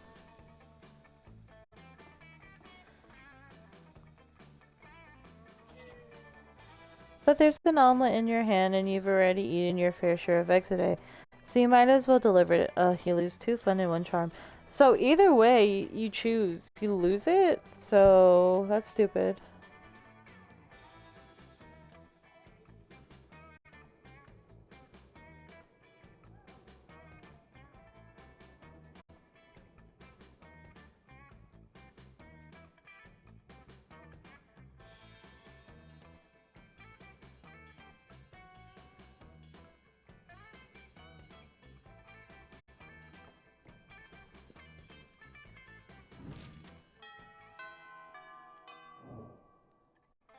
Let's go. Okay, so that was dumb. You waltz over to Miranda and Scott. Oh, okay. The sauce. Blood of your father. There you go. It's weird. Scott isn't all saucy now. Like, he wasn't... His skin or the outfit isn't him and his little sauce. Whatever the heck it was. Okay, we'll try the gym. As you wander around talking to yourself like a weirdo, you notice Miranda walking around talking to herself like a weirdo. Greetings, Okay. fellow classmate. Oh, for her prom queen. What is she doing? Taxes are fun. Paint every student pink. She didn't like that one. So it's taxes. Taxes are fun. Taxation without representation. It's not bad, but I feel as though it's been done before. I don't want my first decree to be cliché. I want it to be spectacular. Such as perhaps a requirement that each student write a term paper on the ways in which I am divine, or singing a ballad in my honor. I could have them compose an entire through-sung musical about each one of my toes, or I could make them bring me puppies, or I could make them into puppies. Why would I ever choose taxes when I could choose puppies? Puppies or cupcakes? Or harsher penalties for treasonous thoughts or puppies? She has a point. Puppies are pretty awesome, and now she's on her phone ordering baby golden doodles by the dozen. Which sounds amazing, but from the unimpressed look she's shooting at you, you'll have to be your own cuddly pal. You lose 2 charm and fun. I'm confused. So both of hers, whichever one you choose, she doesn't like either way, which doesn't make sense.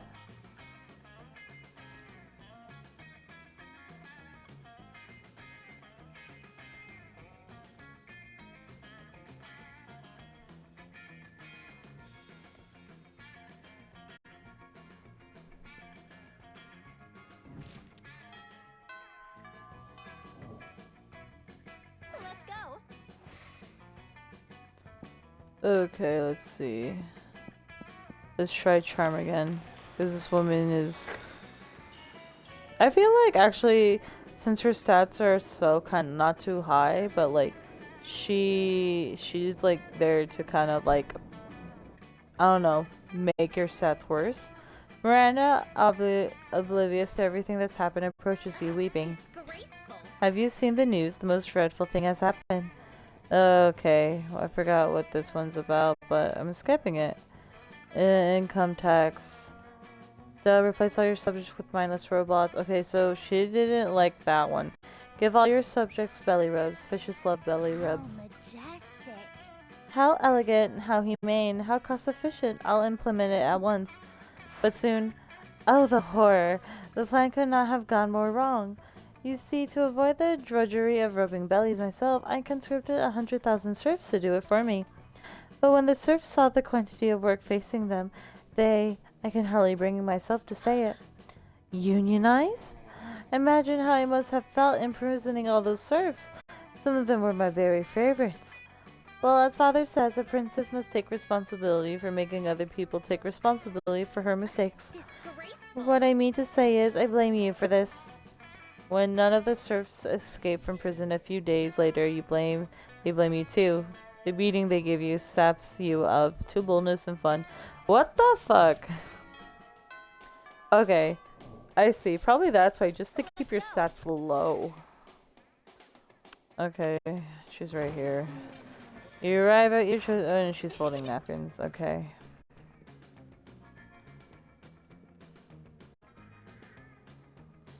Okay, here you go. That's nice, Miranda. Okay. Oh. Let's go. So, okay, we need to get our fun up, and we definitely need to get boldness up. Creativity is good. Charm is... Charm needs to be 8. Smarts is 5, so we're good with smarts. Creativity is at 7, so we're good. Boldness, it's boldness and fun. So we'll do fun first. Okay. You notice Damien and Miranda squatting on the grass, poking something with a stick. You rush over, hoping for a dead possum, but instead you find them gathering around an entire tiny metropolis. Check this shit out. It's our kingdom. I call it Smalltopia. A tiny voice from the city shouts up to you. It's called West Pemberley and we're not a monarchy. I was gonna just burn it all with a magnifying glass, but I'm happy Miranda stopped me. It's good to be king. The tiny voice from the city says, we vote for our leader in biannual elections. But we are facing a quandary, how to boost our kingdom's struggling economy. Yeah, the whole place has been facing an economic recession ever since a pigeon stole the hospital to build its nest. The tiny voice says, that red guy stole the hospital and lied about it. I'm used to managing kingdoms that are significantly larger and much more underwater. I'm afraid I'm at a loss. Yeah, hey. How about being our royal advisor? The pay's shit, but you can take whatever building you want. Hey, says the tiny voice. Build a new hospital out of popsicle sticks and hot glue. You know what always boosts an economy? War. I think I saw an anthill over by the water fountain. Aww. The three of you instigate a war with the ants by leaving a trail of syrup between Smalltopia and the anthill. Hell yeah, this is awesome. They're gonna fucking kill each other. And the resulting war economy will erase their hospital troubles entirely. Hey, what's going on down there? Are ants sending an ambassador? Yes, they seem to be signing some sort of treaty. It says that both sides recognize that the true enemy lies elsewhere. Damien, why are they all looking at us?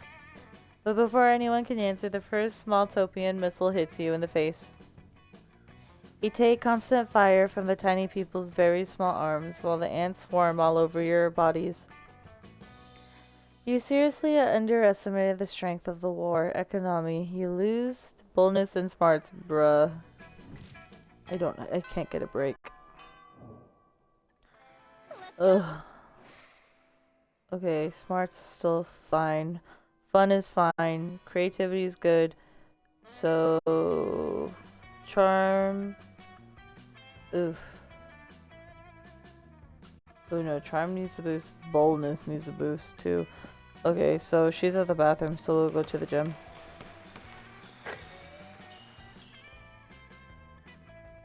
You're minding your own business when Miranda comes rushing up to you, clearly distraught. Most terrible news, friend. I have just watched documentary. Okay, no. Just keep an eye out for the classic signs. But that would mean... Could Disgraceful. Lord Darkheart Stabbington be a traitor? I must warn father at once. We have to find a new royal babysitter. A rose by any other name would smell as sweet unless that name is Darkheart Stabbington. You gain smarts and money. Hooray. Let's go. Okay, where is she? She's with Liam. Okay, so... They're just being weird again. Try the picture fork. Okay, no, this one. There you go.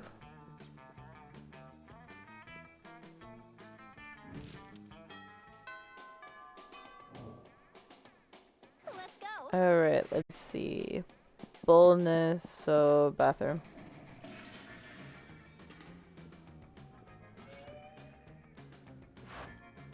You're chilling in the bathroom with Damien and Miranda. Thank the gods for co-ed bathrooms. Everything's going great and you're obviously very cool until you hear some noises. Oh snap, it's Crazy Martin, the werebear janitor. Damn, we're done. If I get caught skipping class again, they're gonna feed me to the school's dragon. Or even worse, they'll make me come in on Saturday. Ah, this is bad. I didn't bring my champion who would fight to the death to defeat my honor. What can we do? It seems they're both waiting for you to do something, but how do you scare a werebear?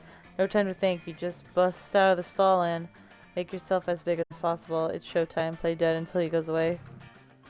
You puff your chest, stuff a bunch of toilet paper in your shirt, and wave your arms in the air. Yep, that's the plan you went with. Crazy Martin is not amused. You spent the next hour restocking toilet paper while your friends head to detention. Smooth moved turd. Still, you gotta keep all that free toilet paper. What a silver lining.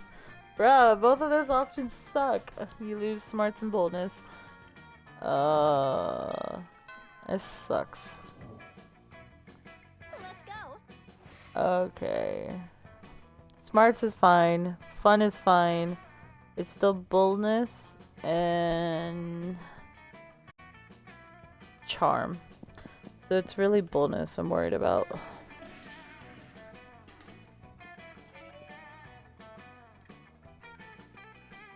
Okay. Oh, but when you go, you are immediately greeted by the hullabaloo that can only come from the clamoring of many armored mer-people.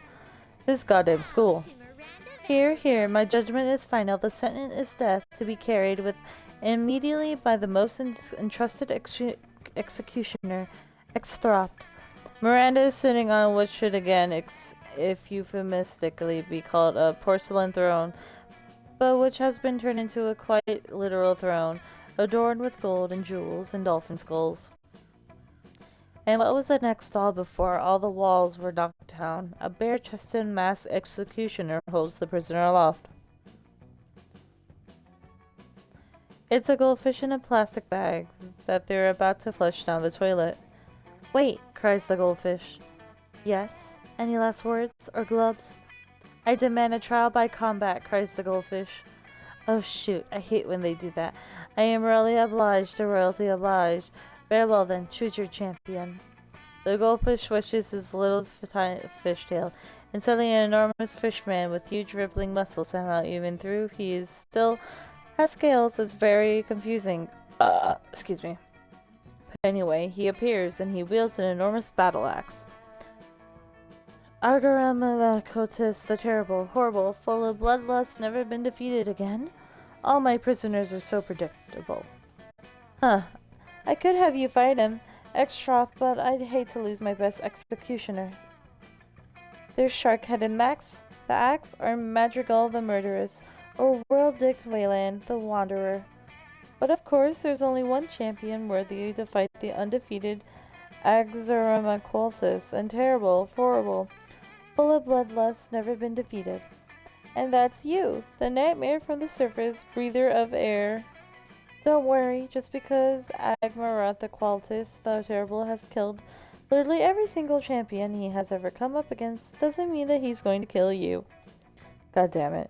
Now you can't even piss without the threat of being ripped limb from limb by a fish. Better find a way to turn this around so you can survive and, more importantly, impress Miranda. Point out to them, never been defeated, that you're all above water so he can't breathe. The goldfish said trial by combat. He didn't say what kind. Challenge him to a combat you in the popular video game of battling pocket humans, Pokemans. You can't breathe. You bring yourself up to your full height, which is still nowhere near close as being tall as them, and approach him menacingly. If we're above water, you whisper to his ear flap, you have gills, which you do, and then how are you breathing? Is a goat giant, and they were already pretty big. He gasps for air and clutches his throat. His gills flap frantically, but there is no water to filter through them. And that would be great. Point. Chokes out. If we hadn't been underwater this whole time. He's right. Had you not noticed that? You absolutely had not. How the tables have turned. Now you are the one who realizes that you can't breathe, and as you realize this, you begin to drown. You are forced to swim for your life, out of the bathrooms. Now that you think about it, you do remember Crazy Martin, the werebear janitor, muttering to himself earlier about those crazy kids flooding the bathroom again. In the background, you can hear Miranda bemoaning what an embarrassing disgrace you turned out to be. Damn, now you have water in your lungs. What kind of water was it anyway? Did they just flood the toilet? Do you have toilet water in your lungs? And you've lost Miranda's approval as well. Minus 2 charm and boldness. I hate this game. You had a bit of a detour, but I'm playing No Man's Sky now. Oh yeah. How is the game? Ugh. Okay, you're still good at smarts. Okay, wait, no. It's lunch, so that doesn't matter right now. As you approach Scott and Miranda's table, you see the entire table is covered in exotic silverware. Okay, we know what this is about. Salad harp. Still in tutorial, looks beautiful. Nice.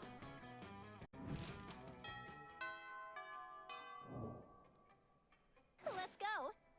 Oh, I'm gonna be annoyed. Okay. My charm is low. And my boldness is low. Oh, but she's in the bathroom, so we'll try to do charm.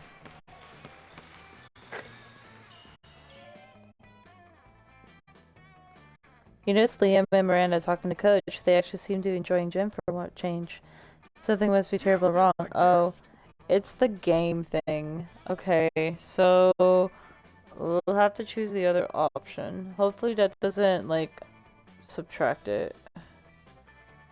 Don't you see? The points were inside us all along.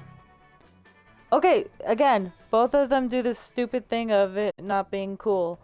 Well, yeah, we all know that. I tell my kids that all the time. The question is, how do you get those points out of you and onto the scoreboard? It's like I always say, sports is the lemon juicer and you're the lemon buddy. Let's make lemonade. Well, but you can't make lemonade without a little sugar, which stands for the sweetness of victory. Can't we? You also need water to make lemonade, otherwise it's too intense. That's why hydration is important. What were we talking about again? Oh, who cares? Let's do some push-ups. Nothing brings people together like push-ups. You strongly disagree, but Coach won't hear any argument. Oh my god, is she really this difficult? Let's go. I only have two times to, like, get it together. Boldness has to be 6. Okay. Bathrooms, don't fail me now. You turn to find Miranda staring at the wall and sighing audibly. She clearly has something on her mind. Oh, these bathrooms are so vulgar. If only they were more like the bathrooms back at home. In Atlantis, bathrooms so vast and luxurious, many have entered and never been seen again. I have raised this issue with Principal Giant Spider, but he insists that the school does not have the budget for such things. He told me to pick one improvement, just one, for the school to implement. But what improvement of all the myriad possibilities should I select? Oh, and I am paralyzed by the options. Help me. Flood the entire bathroom with seawater and exotic fish, just like home. I even have some underwater interior design ideas. Look, a gold-plated robot that helps you wipe. Yeah, flood. Oh, but of course, the most elementary improvement of all, submersion. I have oft argued that one of the major issues with this high school is that it is not under enough water.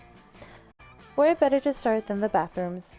Within hours, a team of contractors have arrived to brick up the entrances to the bathrooms, drill a hole in the roof, and dumped in a bunch of salt water.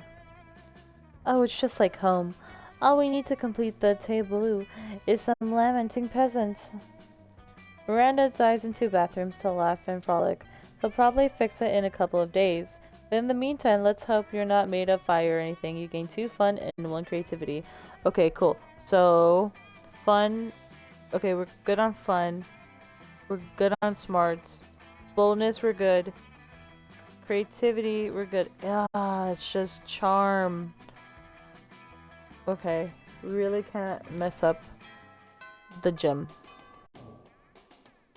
Let's go. Okay. She's right over here. Polly and Miranda sit together, surrounded by Miranda's customary crowd of serfs. So wait, you actually got serfs who eat for you? Disgrace. Well, of course. I find eating to be terribly undignified, so I almost never do it. Hey, me neither. What other kinds of crazy serfs have you got? Well, I have a serf to go to the bathroom for me, a serf to experience difficult emotions for me, and a serf for keeping my silverware in alphabetical order. I even have surfing serfs for standing on top of whenever I go surfing. Wow, that's a lot of serfs.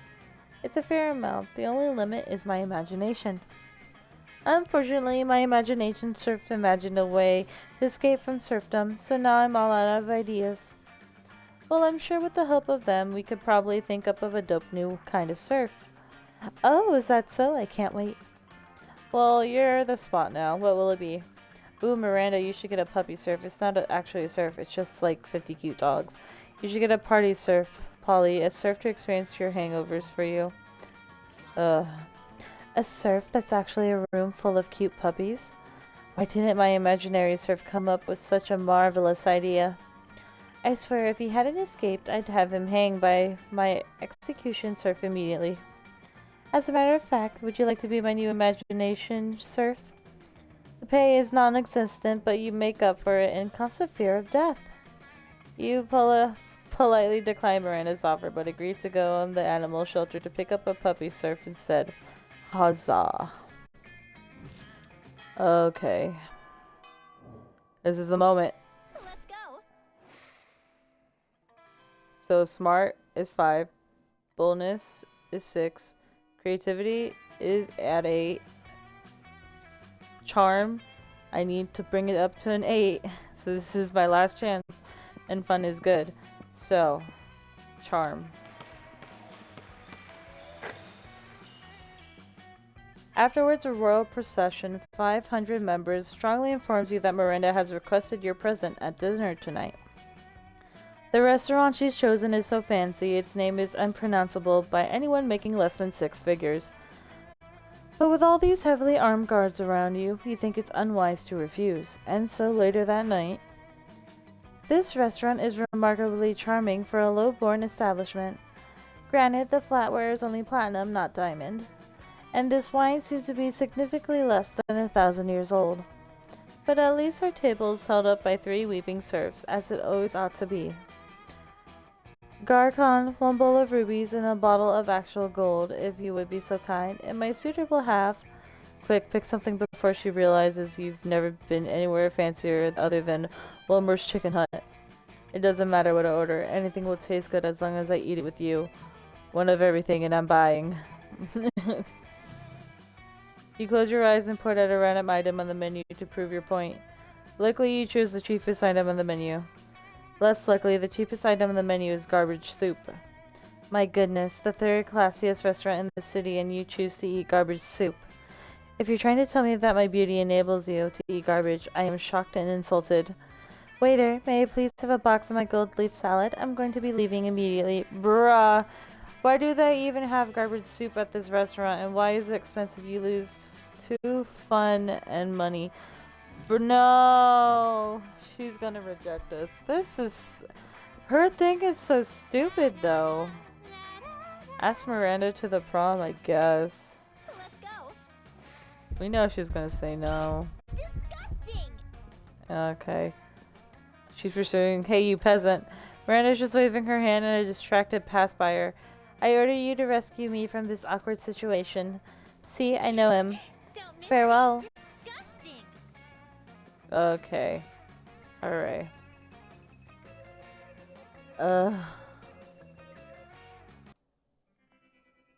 That's so annoying. Like, a lot of her things are dumb. A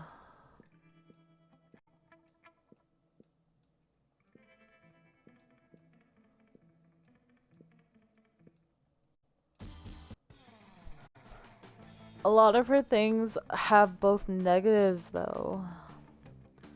So it doesn't make sense. I'm just really annoyed. Miranda's kind of dumb. Ugh.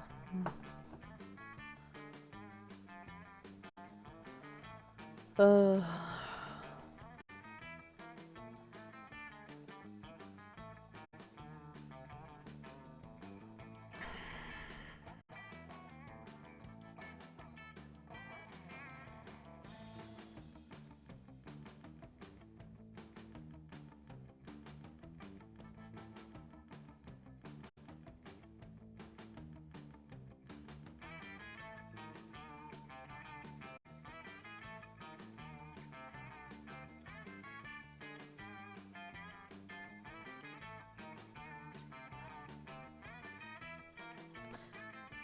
Okay, so I'm gonna try getting those specific stats again to see how that goes. Okay, first player, first semester, full game, skip, we're blue. Sweet. Okay, skip. Skip. School is outdated and lame. We need a new school project. Subject ASAP. Critical thought. I mean, damn, this country could really use a subject like that in school. How to correctly punch a crocodile without terrible consequences. Turning people into your puppets through emotional warfare and deception. This one. If you had to have sex with an animal, which animal would it be? What the heck? A swan, they're classy. Plus, it reminds me of that myth of Leda and the Swan, so at least by B.C. Adley Sanders, it has a certain chic appeal. A human being because I'm the kind of douchebag who loves to find loopholes and stupid questions like this one. A great white shark. If I have to fuck an animal, let at least make it a story worth telling. Let's do a swan. The world will end tomorrow. What will you do today? It's okay. We invented the apocalypse to take care of the overpopulated of commoners. Okay, that's Miranda's, obviously.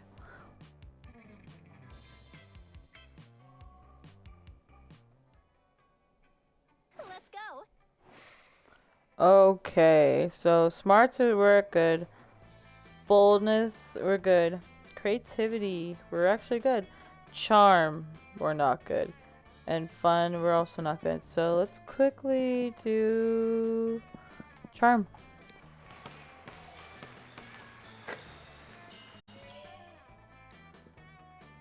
You see Damien and Miranda with their hands in their hands. They look glum. You ask them what's up. We're boned.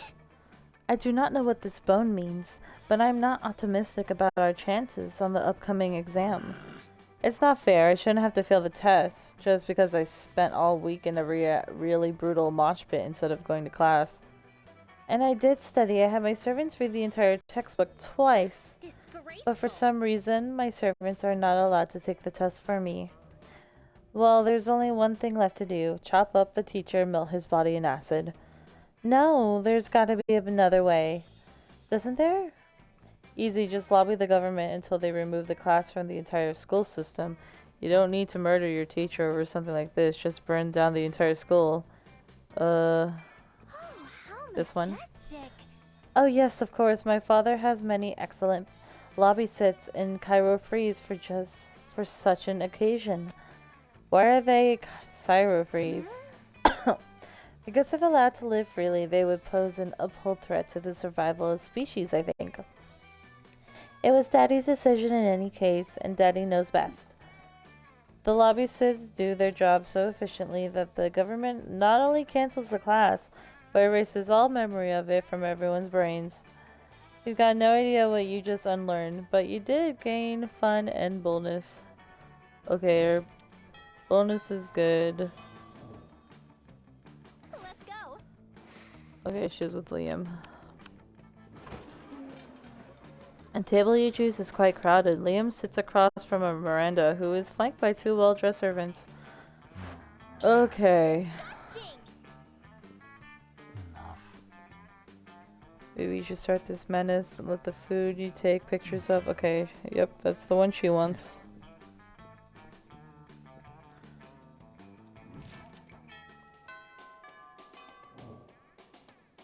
Let's go. Okay, let's see. So, fun is that. Charm. I have to work on my charm. So, to the gym.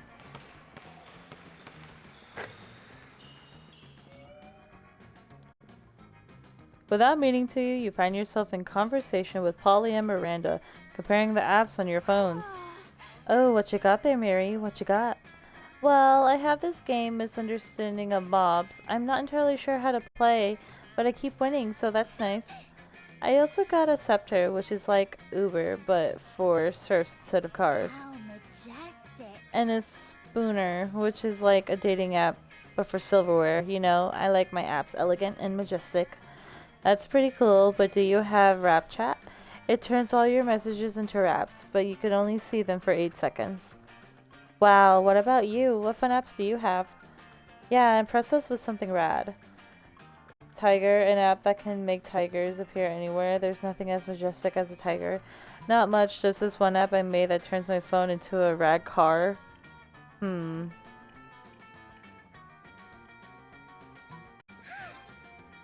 Oh my head is swimming with the myriad uses of such an app.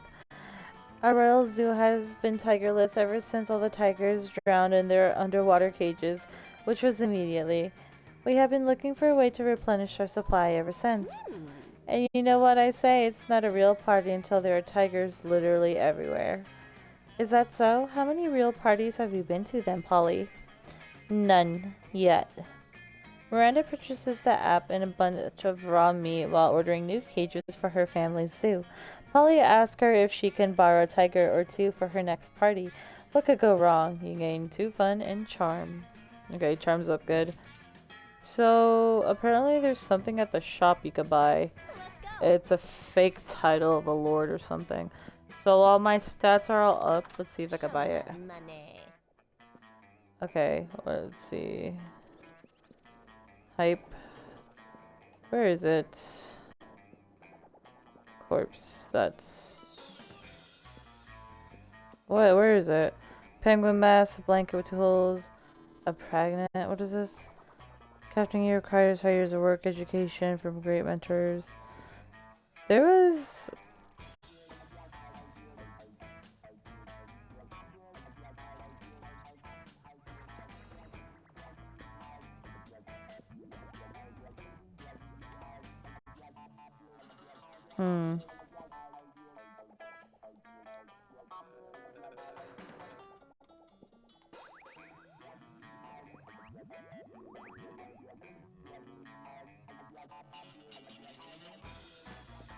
Okay, I guess not.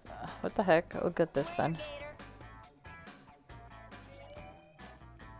Whoa there. A very good salad. It will make you laugh big time. Okay. Let's go. Oh, we got a salad that boosts all of our things. So there's that. Alright, I'm trying to comprehend your request. What is there to comprehend? It's really simple, Miranda. Take my cell phone. Okay, here we go.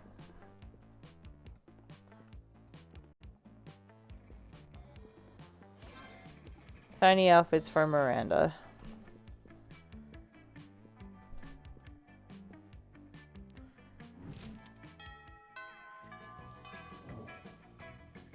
Let's go. Okay, well, my stats are like this. Let me go see if I could buy something else from her. Hey, last I read this article on how money causes pocket cancer in the long run. You don't want to get pocket cancer. Quick, give me the dangerous money you have in your still healthy pockets. Bruh. She's so stupid. Okay, so... Ooh. Events. Remember when these used to be cool? Now they aren't, but they're so ridiculous that they're still fun to be twisted anyway.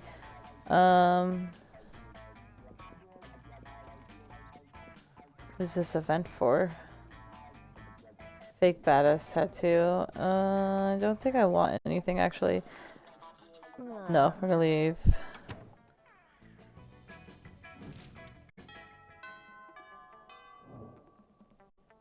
Let's go. Supposedly, there's a thing if you leave the girl, Show me that you're gonna money. go buy something, and then you leave her, she's gonna be upset. I feel like a Russian novel and slight approach to matters such as love and death. Are you sure about this? You can always use online encyclopedia to get the general idea and still be able to act as if you read it. No, we're just gonna leave.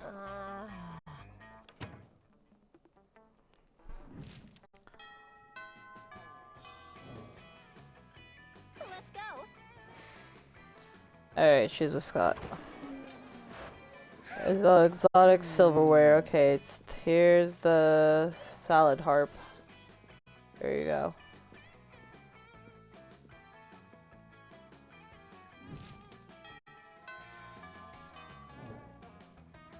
Let's go. Okay, let's see. Show me that money. And then we leave again.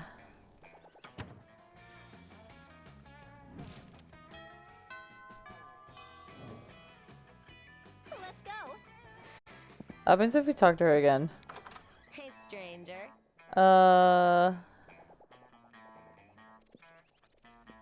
Okay, then we'll leave again.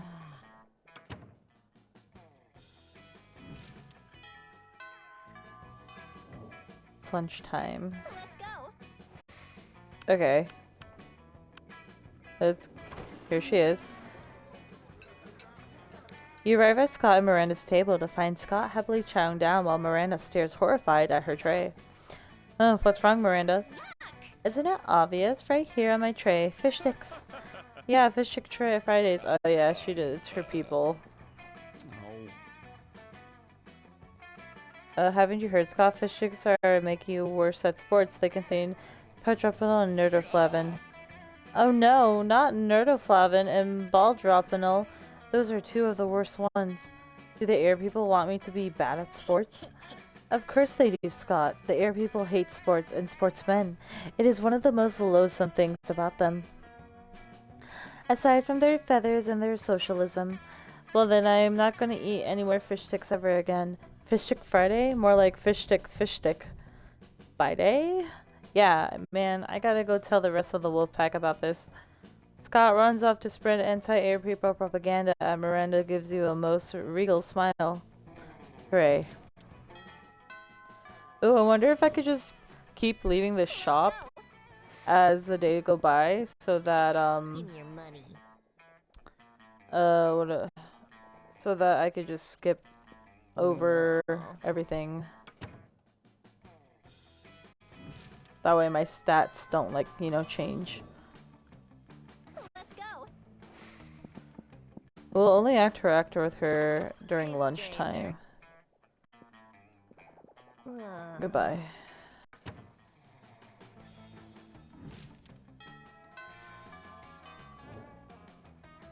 Let's go. Let's see how that works out. Bear is about to lift a glass of scotch to her immaculately painted lips. You can drink whatever at the school apparently when Miranda screams. Stop! Don't drink that. Why not? The scotch costs more than most cars. Has your taster tried it yet? What taster? You don't have a taster? What if your drink is poisoned by someone jealous of your good looks and royal title? Listen, Mary, I only drink 4 things. Scotch, red wine, the tears of my enemies, and straight up poison. You drink poison on purpose? Miranda, my hair is venomous snakes. You think poison actually harms me? Well, you should still have a taster. What if someone puts really spicy hot sauce in your drink? Or poison? What do I have to do to get you to drop this? Simple. Hire a taster. Fine. Any volunteers? This might just be a big break you've been looking for. You raise your hand, and when Vera picks you, you drink all her scotch, enraging Vera and delighting Miranda. Pretend to be poisoned, terrifying Miranda and amusing Vera. What are you doing? This bottle costs as much as the first Apollo mission. How do you feel, Royal Taster? Are you poisoned?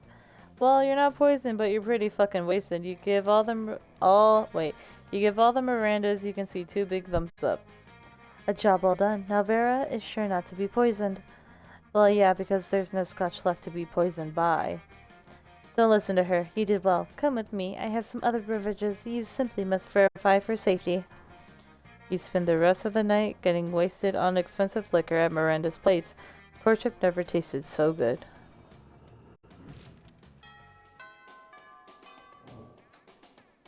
Let's go. Okay. Show me that money. Oh.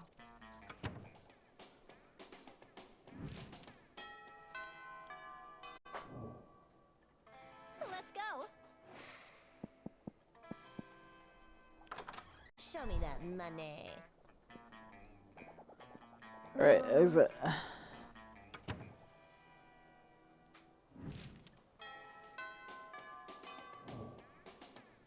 Let's go. Alrighty, Miranda.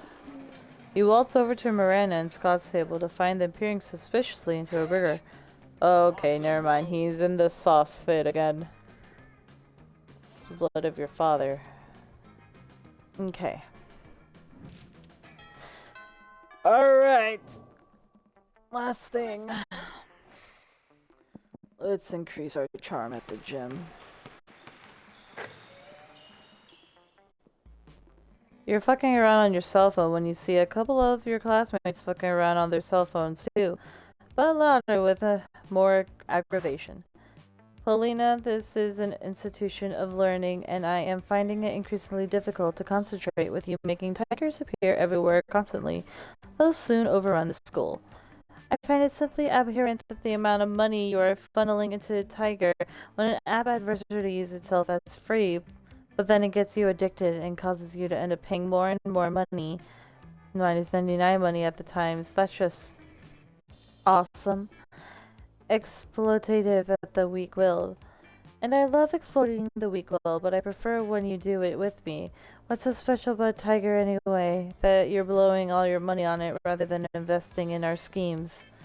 Where to even begin? The premium features are dope. You can design the stripes on your Tiger, pick custom colors, pick whisker size and strength. You can find out whether or not a Tiger has super liked your profile and that what pictures it's favorited. Don't get me wrong, it's not that I necessarily want to date a literal actual tiger. I just want to know if the little actual tigers want to date me, as they should. You must realize how insane you sound. I mean, hearing it out loud, it did sound pretty whack, I guess. Plus, if the tigers get hungry and start eating people, and honestly, it's shocking they haven't done that already, we won't have anyone to rip off. Right, because the tigers will be ripping off their arms and legs. Good point. I'll just delete the app and get rid of the tigers. There, deleted. And yet there, tigers here, tigers everywhere, tigers. Huh, I wonder why that didn't work. Maybe because getting rid of downloadable content on a phone is no way destroying living flesh and blood beings in the real world. But you know what might actually work? For every tiger in the school, release 3 anteaters, the natural enemy of tigers, as everyone knows. Have Coach talk to them. He's a tiger, right? Or like a tiger adjacent something. Excellent idea. Oh, we got an achievement. True to yourself. You or another player has been true to yourself and always choose the right option. Congrats, bruh. Excellent idea, although there are many areas in which I would not trust the opinion of a mere athlete. Communication with their own is one to which even I must happily defer. Yeah, what he said, coach. You rang my wonderful, eager-eyed educatees. Yeah, someone we have no idea who, just someone made a whole fucking ton. Language, Polina. Sorry, coach. She means there's an abundance of tigers roaming around the school. Tigers? Here? Why? How did you know that I was looking to recruit for all new all-tiger synchronized skating team? We didn't. Except you to be so grateful. All we really wanted was the satisfaction of a job well done. And also 10% revenue on all memorabilia. Merchandising once the season kicks off. That sounds more than fair. Let's go tell these tigers all about the joys of synchronizing skating. You follow Coach around the school and he approaches each and every tiger to recruit them one by one. Some people say that forming a synchronizing skating team with literally actual tigers is more work than it's worth, because you're automatically doubling the amount of limbs that need to be in sync. But I say those people are weak and have never tried teaching tigers how to synchronize skate. Neither have I, but I think I'm more than up for the challenge. Plus, think of all the joys that come with ice skating. Bunions, freezing toes, split toenails, hip and knee problems. All of these can be yours for free. Well, not to fear because you have to buy equipment and pay to spend time on the ice and all that. But you could win trophies. Whoa, did all the tigers sign up? I had no idea that tigers cared so deeply for trophies. Then you must not pay much attention to Coach. Obviously. Good thing you do, or at least enough to know that Coach is a tiger. Yeah, well, come to think of it, that's not really that much, but I got the job done and now everyone is happy. You gained 2 fun and 1 boldness. Hooray. Oh boy, Monster Prom. Can we finally ask Miranda out? Ask Miranda to the prom? Yes. Let's go. You finally pluck up your courage and ask your beloved to go to the Monster Prom with you. Disgusting! Why? My stats are high. Bruh. I think of you as a sister. Actually, we realty. Okay. Disgusting! That doesn't make sense. It really doesn't.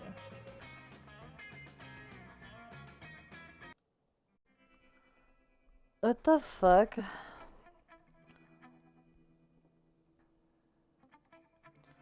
Okay.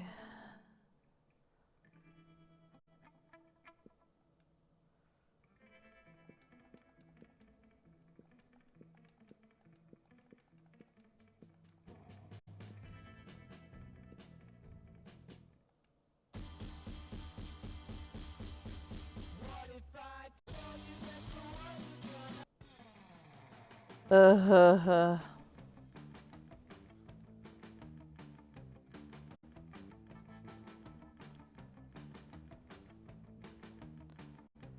This is difficult, but I will be right back. Like my lunch periods, Nib's plans didn't work out. Well, damn. Well, hold on. I will be right back.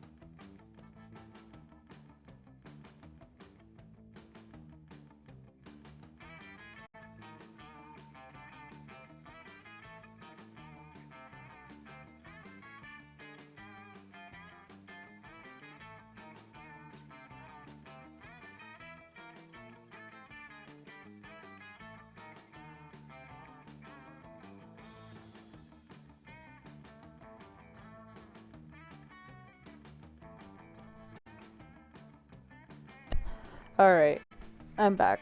But here's the real question. Should I try to go for Miranda one more time? Or should I just move on to somebody else? What do you think, Emo? What should I do?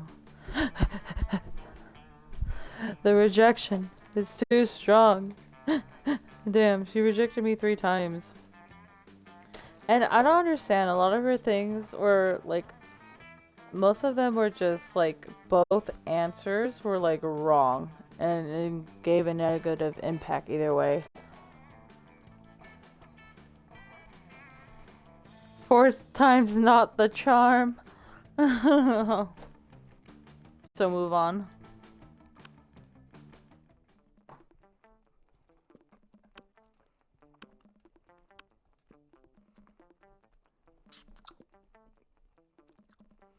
Yeah, okay.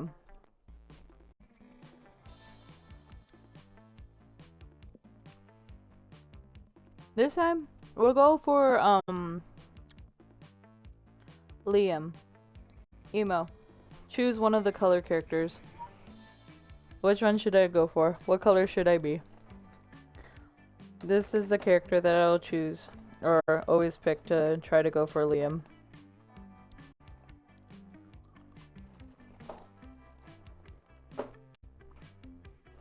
Black pants. They all have black bottoms.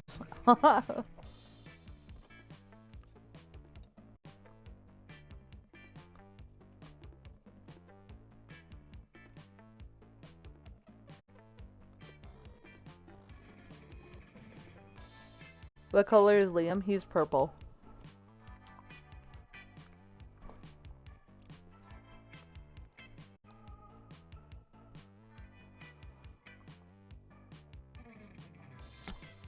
Liam is the purple vampire. Blue and purple? Okay. Let's go. Okay, we are now doing a Liam run. Yeah, this guy right here, the little vampire is Liam.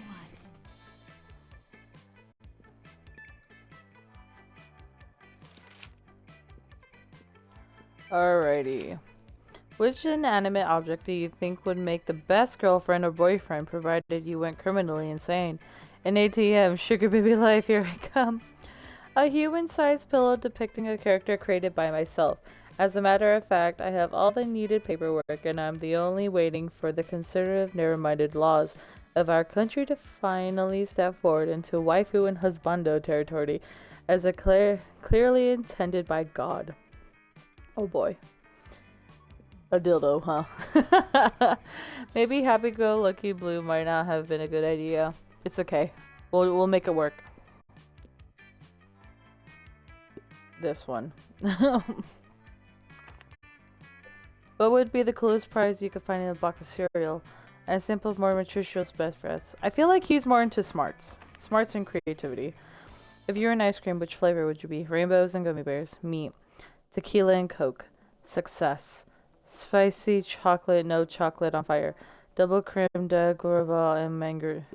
I feel like that's him. Yep, that is him. Alright, here we go. I'm going for Liam. Let's go. Alright, so let's... Smarts, creativity. I feel like that's what he's more intended on. So let's do creativity. Against the expected spot, Scott and Liam engage in what seems to be an intense conversation. They seem so into it that you can't resist the urge to ask them what's going on. We're discussing this recent novel, Two Lights. It isn't a novel, it's a rad movie with lots of cool dudes with amazing abs.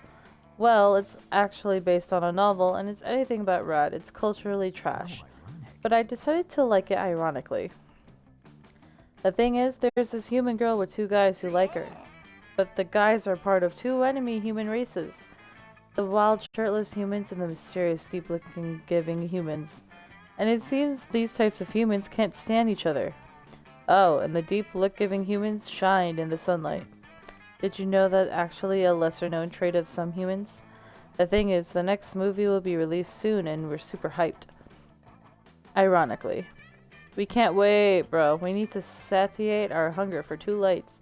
This is your opportunity to show these two you're well versed when it comes to satiating urges. Go for it. Let's cosplay. Let's go shirtless. We should write a nuisance play based on it. Totally not fanfic.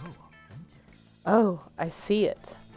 A nuanced passage involving the characters of two lights. Throwing a new light over their fears and desires. And over their abs. Yeah, sure. With an unexpected twist that will elevate the strength of the original oeuvre. Something subtle yet powerful, something like the rival humans stitching the girl and fucking each other brains out. Yeah, I like that. It's artistic because of reasons. And if they're nude, that means more muscles and stuff. I like that. Sure, it sounds a lot like a high form art of nothing like thirsty fanfics. You're some kind of promoter of the arts. You gain creativity and smarts. Hooray. We're making boy love comics. Hooray. Let's go. Okay, Liam is with Polly. You find Polly and Liam not eating as usual, because they're undead. The food in this cafeteria really is atrocious. It's hardly even worthy of my momentgram. Ha, what? I don't even eat the food. See, this is exactly what I mean. We can do so much better than these subpar culinary abortions. Oh, I see what you mean. You mean the two of us should have a cook-off. What? No. Did you say something? I'm not listening because I'm so psyched off this cook-off. Alright, then she brings in pajamas or whatever. Liam, because I think the glass of jar of fresh human blood really goes with the parsley he sprinkled on top. Ha! In your face! Wolfgangs suck. That would be a better name for Scott. I'm not even a wolf. As a matter of fact, that would be a better name for you. Oh, what? Because I'm a vampire? Well, that would totally make sense. No, I just meant because you suck. Well, this sucker just wowed the judges with my blood tartare. It's raw, organic, free-range blood, unethically sourced from a local terrified human. And that parsley, farm to table. Or rather, farm to blood. I threw it in the blood. I like the color. Actually, it's well known that nobody knows what parsley tastes like. And you probably never will, because you're certainly not drinking any of that concoction. You tell Liam his prize for winning the cook-off is eating lunch alone with you. Slurp, slurp.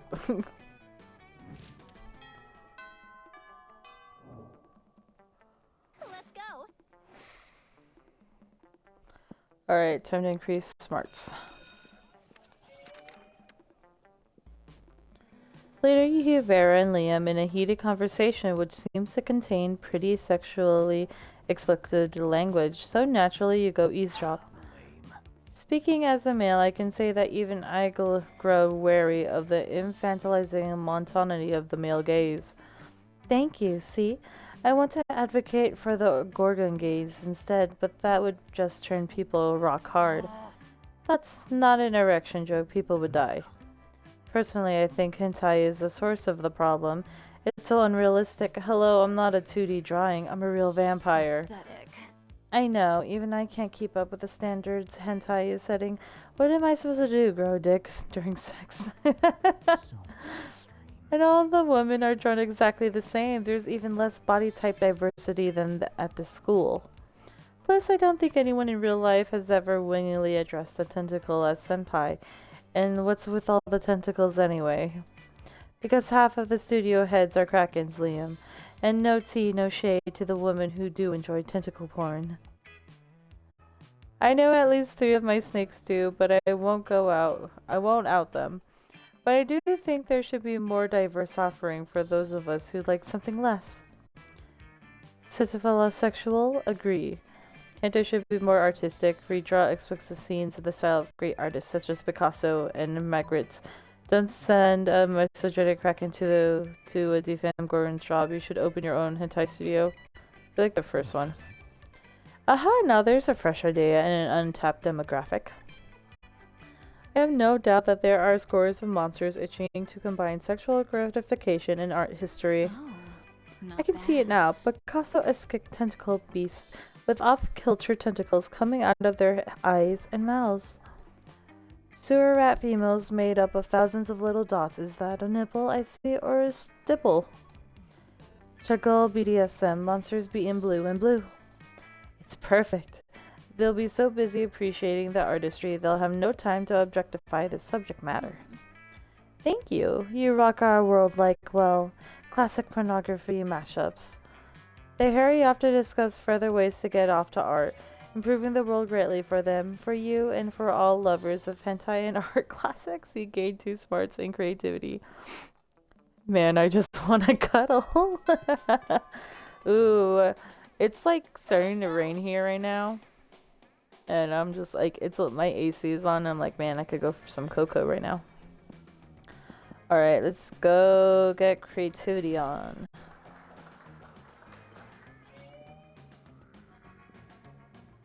Liam stalks past you backstage, pretending to talk to himself but cleverly speaking for your benefit.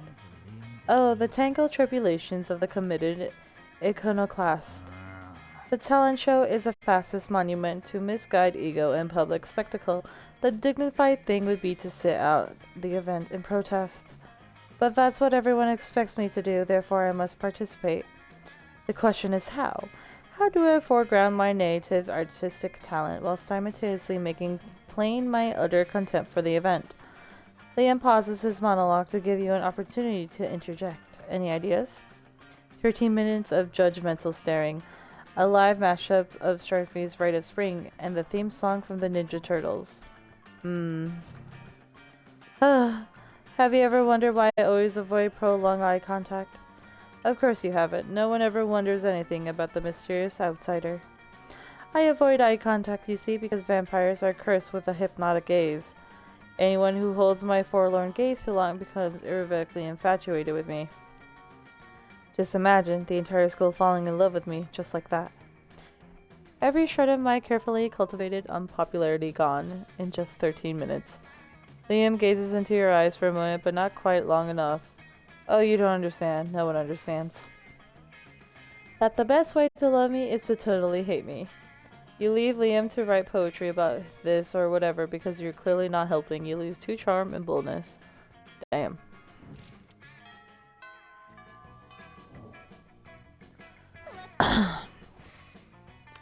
He's talking to Scott. You find Liam taking a picture of his food, and Scott taking a picture of also Liam's food? Ha! Yes, Scott. Step away. My artistic plating is too magnificent to ignore. Artistic what? I'm playing Pokémon's Go, the mobile version of the hip Pocket Humans video game. What do Pocket Mans have to do with my food pick? There's a level 43 Bernard Henson hanging out in the middle of your plate. Here, have a look. Scott, why does your phone show a tiny human doing pottery on top of my eggplant ravioli? You mean you don't know Bernard Henson? He used to be a chartered accountant, but now he's decided to pursue his dream of being a world-famous potter. The major life changes have made him super rare. Pocket humans almost never follow their dreams. Well, I don't care how rare he is. His presence is spoiling my pristine food pick. Spoiling it, but Pocket humans are way cooler than boring old food picks. You take that back. Uh-oh, tempers are running a little high. Looks like it's up to you to settle this dispute. He looks like a scrawny orc. I could kind of see that, yeah. Scott's right, Liam. Why take a normal cliche food pick when you could take a food pick of Scott capturing Pokemon off your food pick? Scott, look over there. There's a Stuart Hargrowth on top of that pile of mashed potatoes. Scott's right. I feel like, wait, isn't it this one? Aw, shit, wrong one. Good lord, you're right. The layers of irony are practically infinite. Go ahead, Scott. Capture your Pokemon. Okay, here I go. Wait, what are you doing? Stop molesting my pasta. I'm not trying to grab your pasta, bro. I'm trying to grab Bernard Hansen. That you see slippery. You imbecile. Bernard Hansen isn't actually on top of my ravioli. He's an image projected by your phone. Ah, man. I messed up. Liam chases you and Scott away so he can rebuild his artful pasta arrangement. You bond with Scott by teaching him how to actually play Pokemon's Go. Damn it. I didn't mean to do that. I hope we don't get Scott. I want Liam still. Can I salvage this? Alright, let's increase our charm. Okay. But Liam isn't paying attention to any of that. He corners you afterwards to lecture you on moment gram filters. What no one seems to understand about filters is that they're not about making pictures better. They're about making pictures brawnier and harder to see. That's why I use my own proprietary filter for almost all my photos, Infinite Top. It's also probably why I have only 6 moment gram followers, so we must all make sacrifices for our art. In any case, I have to go. There's a dead rat in the parking lot I simply must document. As soon as Liam's gone, Miranda peeks out of the air conditioning duct. Goodness, the situation is even more dire than I thought. If Operation Make Liam Popular again is to succeed, we must get started immediately. What's that? Why yes, of course you're part of my operation. I unwillingly force people into my service all the time. Oh, you want to know why it's called Operation Make Liam Popular again? Well, he's been alive for like centuries, right? I'm sure he must have been popular at some point. I'll check the history books later, but there's no time now. Phase 1 is getting Liam more Momentgram followers. I took the liberty of having my royal spies discover the password to his account, so we could give it a total makeover. But what to do? Use his account to post a bunch of porn and bomb recipes. Pay 1 million homeless people to follow Liam on Momentgram. I mean, he doesn't want that to happen though, so... But I feel like he'd be unhappy. So I guess we have to... She should pay? Yes, just as fathers pays millions to vote for him in our fair and democratic elections. In fact, I think I could cut costs by paying one of Father's clonesmith to simply replicate the same 1,000 people 1,000 times. You ask Miranda if she thinks this is ethical, but she's as confused about the meaning of ethics as she is about fair and democratic elections.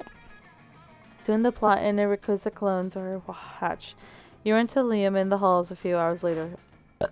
Excuse me. I am distraught. My carefully husbanded unpopularity is crumbling before my eyes. Look at all these followers. Look at their comments. Totally real account 66. I love you, Liam. Another equally real account. You're so obscure and avant-garde. The sentiment they are expressing are objectively correct, and yet, no. I cannot give in to the lure of the limelight. In spite of this, Liam seems to be enjoying himself quite a bit. You spend the rest of the day helping Liam curate his feed, gaining 2 charm and fun in the process. Oh, nice. Mosquitoes biting people gotta be unethical. Probably, yeah. Ooh, I'm cold now. Okay. Let's increase our boldness.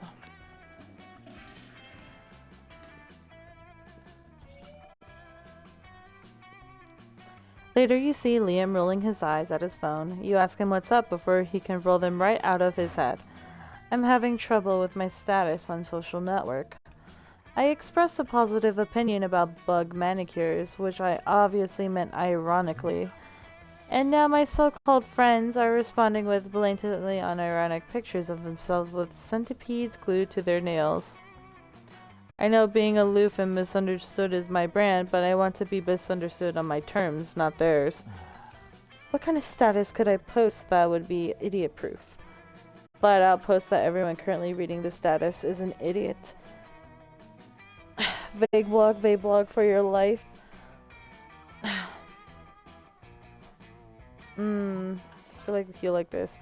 Vague blogging is a tricky proposition. But luckily I'm a master of the blogging arts. The trick is to reel people in with an intriguing premise, but make it absolutely clear they will never know what it is. Worst day ever. No, I don't want to talk about it. So sick of this, but I don't kiss and tell or fight and tell. I'll do something like, it's all your fault, you know who you are, and then a high-heeled shoe emoji. No one can possibly misinterpret that, but there's nothing to misinterpret. Boom. Vague blogging is always the simplest and most direct solution. You gain 2 creativity and 1 boldness. Hooray. Let's go. Okay, where's these with Damien? When you reach Liam and Damien's table, you find it absent of food, but covered in paperwork. Do we really need all these special forms? Can't we just write death threats on regular paper? For the last time, Damien, substance change within the administrative system requires mastery of mechanism of bureaucracy. What if we wrote the death threats on really fancy paper? Liam turns to address you. As you can see, my mastery of real polit has caused me to embrace an unlikely ally in my quest for reform. I have no idea what he's saying, I just want the cafeteria food to stop being so fucking boring. You see, our interests are aligned. I too desire a menu less pedestrian. Sure, either way, we're stuck on the last bit. We know what we want the menu to change, but we don't know what to change it to. Yes, we have indeed encountered a culinary block. Perhaps you can suggest something appropriately artistic. A white plate with a single sprig of parsley in the center, the essence of minimalism. A bowl of knives, this essence of knives. This one. That's it. That's it. Don't you see, Damien? It's a bold commentary on the emptiness of consumption. Really, it sounds like a plate with a leaf on it. Oh, you'll never understand. But like, why even have a leaf on a plate if you're trying to be so minimalist? My god, you're right. Why even have a plate? Why have anything at all? That's it, our new menu item. Nothing. The school receives Liam's petition from now on, and the lunch line will include one empty tray, a great victory for artistic expression.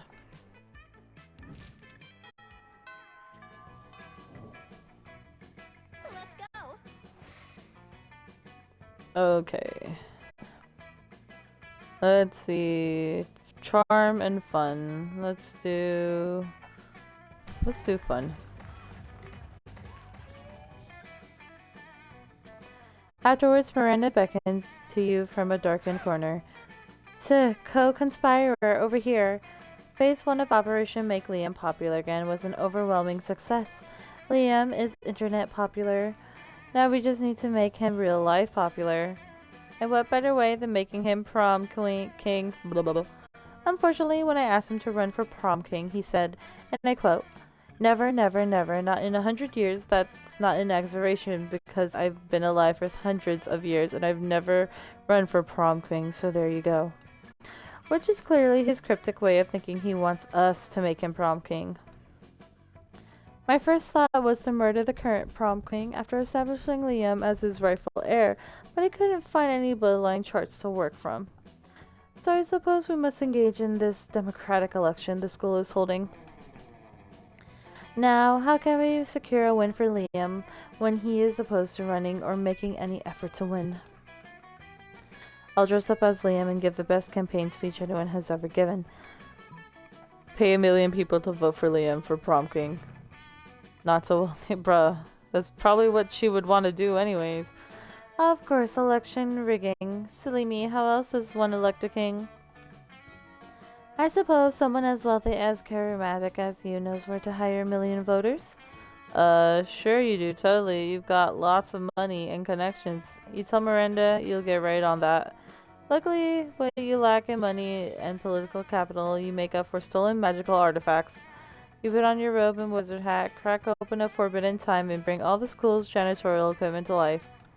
You camp out by the janitor's closet, passing out ballots into broomsticks and telling mop buckets who to vote for. Nobody notices the fraud. Half the students' body is sentient objects anyway. Soon you all watch the prom king elections forecast together, and I can't believe it. 6,000 votes for me, and 994,000 votes for a bottle of lemon-scented toilet bowl cleaner. I'll be impressed at the avant-garde taste of the student body if it wasn't so comprehensively humiliated.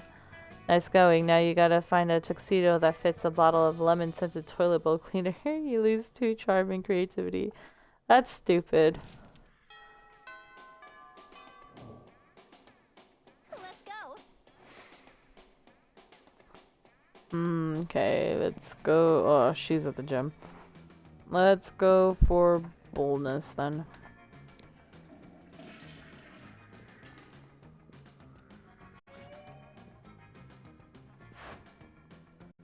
You're walking with Liam later when suddenly a holy crossbow bolt slams into the wall next to you. It's the Slayer. Prepare to die. Oh, that's who she is. You flee with Liam and manage to get out of sight. Now the perfect time for you to hide where Liam turns into a bat. But he's not transforming. You ask him why the hell he's just standing there instead of changing. It just seems a little cliche, doesn't it? A vampire turning into a bat. Honestly, I'm over it. If I could turn into, for example, the concept of a bat, now that would be a change worth making. You don't even know what that means, but if you can't get Liam to turn into something soon, he'll get you both caught. You quickly tell him to change into a hot dog stand, a general feeling of unease. Magnificent, the perfect balance of abstraction and practicality. I admit I have difficulty imagining the concept of a bat, but a general feeling of unease? Why, I experience that many times a day. Liam disappears in a poof of purple smoke. You don't know where he's gone, but you sure don't feel good about it. What's the matter? Do you have your shirt on inside out? Have all your friends just been pretending to like you? Suddenly the Slayer bursts in. She takes one step towards you, then stops. Why do I feel like I left my stove on when I left the house this morning? Shit. The Slayer flees to check on her stove. Liam turns back into a vampire, and you immediately feel better. Oh man, my soul has never felt so tormented. I'll have to do that more often. You hope he decides to do it when you're not around, but you're glad he's happy. You gain 2 smarts and creativity.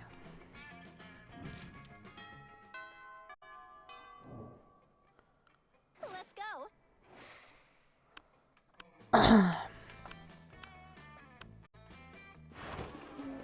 You take your seat beside arguably the 2 coolest monsters in all of Spooky High. Here's hoping you can keep up with them. Vera, are you eating manticore steaks again? Yes, and it's delicious. Okay, I forgot what the options were for that, but let's see. The animals you kill will lose alive, but what about their afterlives? Instead of letting their spirits go to waste as a byproduct of meat industry, let's serve their eternal soul as a side dish. Liam, animals are already suffering from ignorance. If Vera wanted to increase their pain, the best we can do is teach them the concept of death so they really fear their fate. Let's educate cattle on metaphysics. I think he likes that. Yep.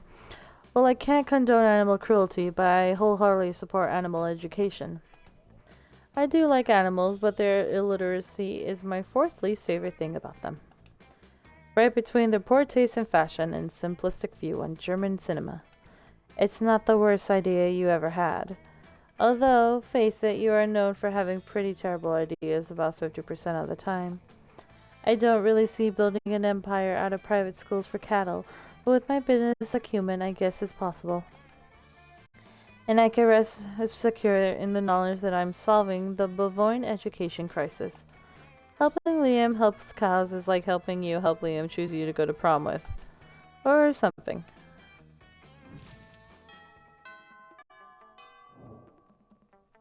Let's go. Okay, let's... Oh, he's at the gym. Damn. Okay. Let's try fun then.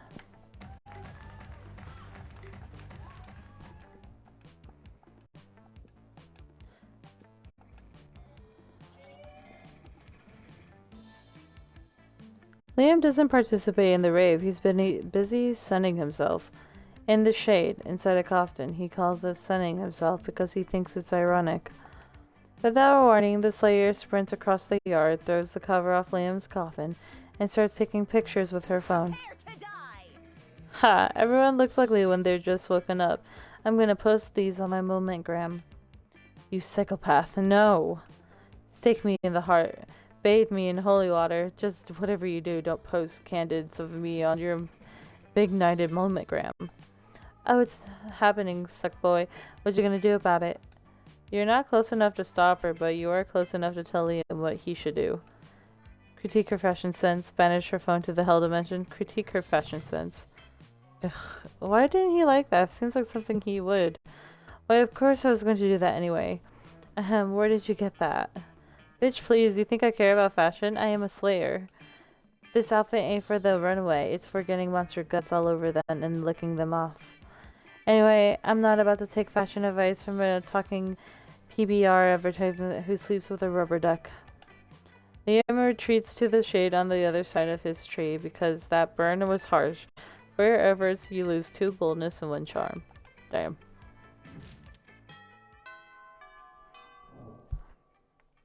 Let's go. Okay. Let's...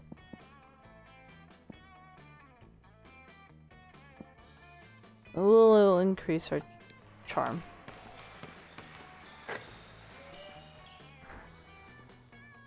Of course, Liam got a limited way earlier and has been sitting on the bleachers ever since.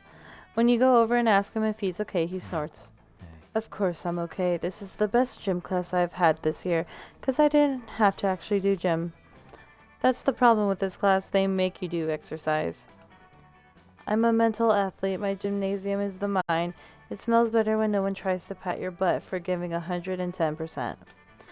I tried telling that to Coach, but he just says, ooh, excuse me. Well, you know, the body is like the mind of the body. I just need some kind of bulletproof excuse, anything to get me out of this class. Turn into a cloud of translucent mist. Translucent mist can't exercise. Tell him you're dead. Oh yeah, I could do that. The best thing about being a vampire is that you're always remembering powers you forgot you had. Liam instantly becomes an immaterial cloud of vapor with Liam's exact face. It's really a gaseous form, but you were trying to be polite. Just then, Coach comes over to make you guys exercise. Alright, kids. Up and at 'em. You know what they say. Early to the bed, early to the rise. Makes a man healthy, wealthy, and push-ups. Oh, I'd love to, Coach, but I seem to be an entangled cloud of airborne particles at the moment. Holy moly, you are, aren't you? No muscles mass at all. A very serious case indeed. Well, don't worry, Foggy Buddy. I'll devise a special exercise routine to get you back in shape. The routine involves 10 minutes of trying to escape a vacuum cleaner, arithmetic gymnastics, and squats somehow. Liam will probably hate you forever. You lose 2 charm and fun. Damn.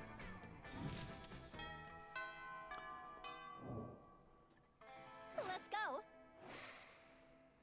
Oh, he's with Polly. Liam and Polly aren't alone at their table. They're flanked by 2 beefy hobgoblins in school security uniforms. What do these 2 have bodyguards now? They aren't bodyguards, they're food guards. Principal Giant Fire Spider find out we aren't eating. Oh, okay, this. So we flip it on Polly this time. Dump all of Polly's food into Liam's plate. Dump all of Liam's food into Polly's plate. With all the artistic ability of performance artist Mariana Abramovic, you pour Liam's food into Polly's plate and through her lap. No, this is literally the exact opposite of what I wanted. Good lord, what a tableau. A ghost bewildered by a mountain of unwanted food. This is perhaps my most daring food pick yet. You guys are really throwing me under the bus here, which isn't cool because being thrown under a bus is totally how I died. I don't know what you're talking about, Polly. I have clearly consumed all my food, quite honestly, and forthrightly. Lucky for you and Liam, the hoglogs are total morons with no secondary theory of mind. They instantly believe Liam's ruse. Liam whisks you away to the afternoon meeting of the Smug Superiority Club, where you spend hours practicing your sneers and gazing into each other's eyes. Whoa there. Let's go. I didn't throw you under the bus, I threw you in front. You ended up under it though. Know the difference, duh. Alright, let's try more charm. Another dream class, another game of dodgeball. Seriously, do we play anything else? On your team is the unathletic undead Liam, currently surrounded by the wolf pack. Bro, just give up now. Go back to your coffin, cause it's about to rain balls on your face. Ah yes, vaguely homophobic double entendre from some frat dogs. That's original. Let me guess, my frail, lean form is about to be decimated in display of hyper-masculinity. In a very unsportsmanlike competition since it's 4-on-1. Let's just get this over with. You can't let Liam give up. The winning team gets warm cupcakes. Give him a great strategy. You're a vampire. Play dead. Turn to a vampire bag. Bite them. Give him rabies. I can't believe you're talking me into making an effort in PE. Still better than risking afterlife and limb. With that, Liam crossed his arms over his chest and fell straight backwards. Bros, did that skinny dude just die? The wolf pack goes over and begins to sniff Liam up and down their noses, way too close for comfort. You take this opportunity to bomb the shit out of them. Ball after ball after ball, leading your team to victory. He gained 2 boldness and 1 smart.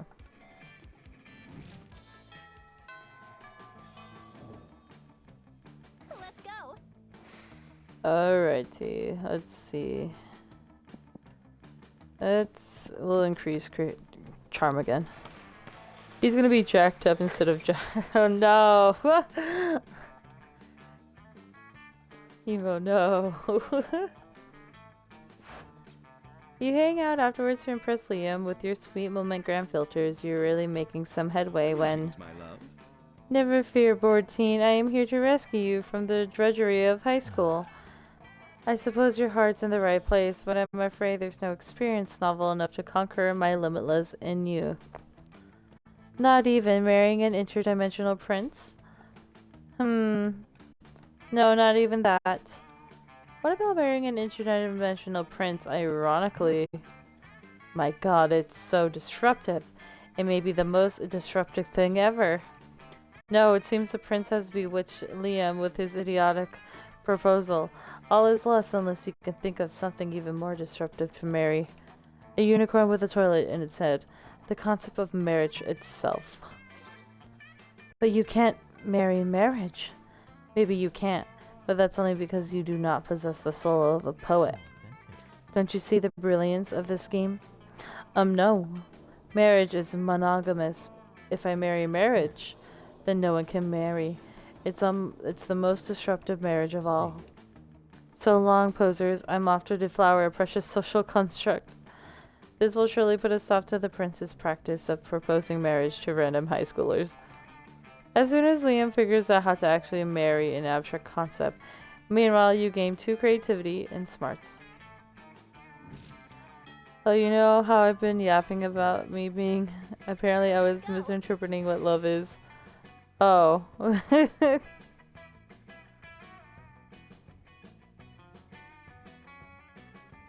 Okay, so he is talking to your ace.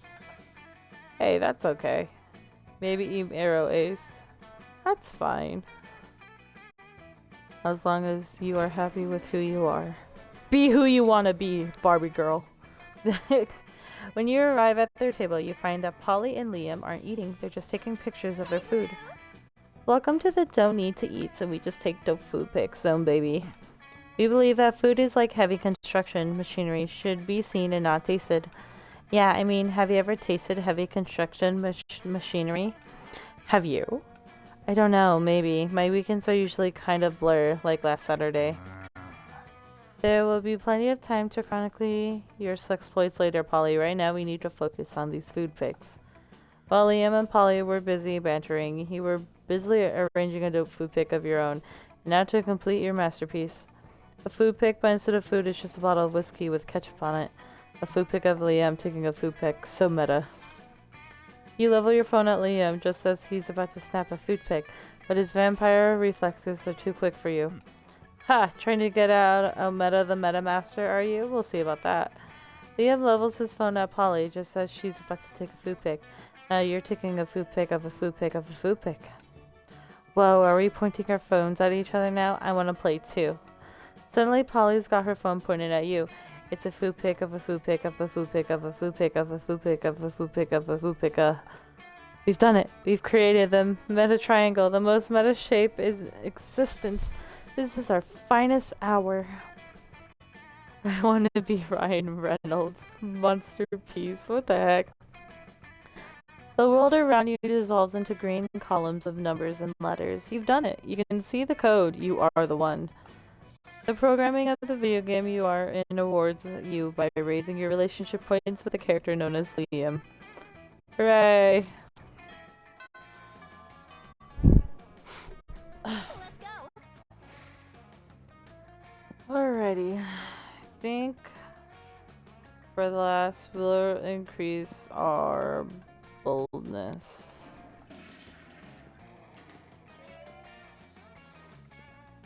Afterwards, Liam walks up to you extremely nonchalantly. It's ridiculous how little he cares about this walk.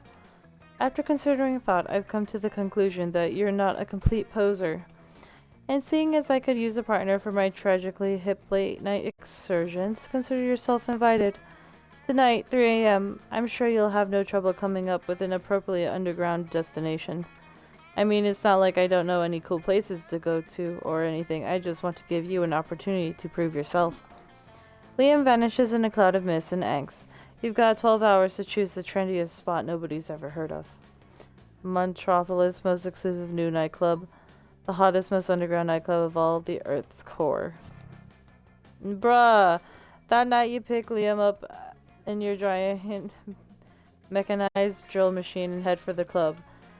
But there is no club at the center of the Earth. It's just the center of the Earth, a molten ball of iron and death. My skin. Why did you think there was a club here? Why would anyone think there was a club at literally the most inhospitable place on Earth? You have no idea why you thought that, but you do know you're gonna need skin crafts after this. You lose 2 smarts and boldness. I would have thought he would like to go to some place that isn't, you know, a club, but would ironically be a club. But what he... I guess I don't get it. I don't understand. Who the hell names their kid Liam? I have no idea.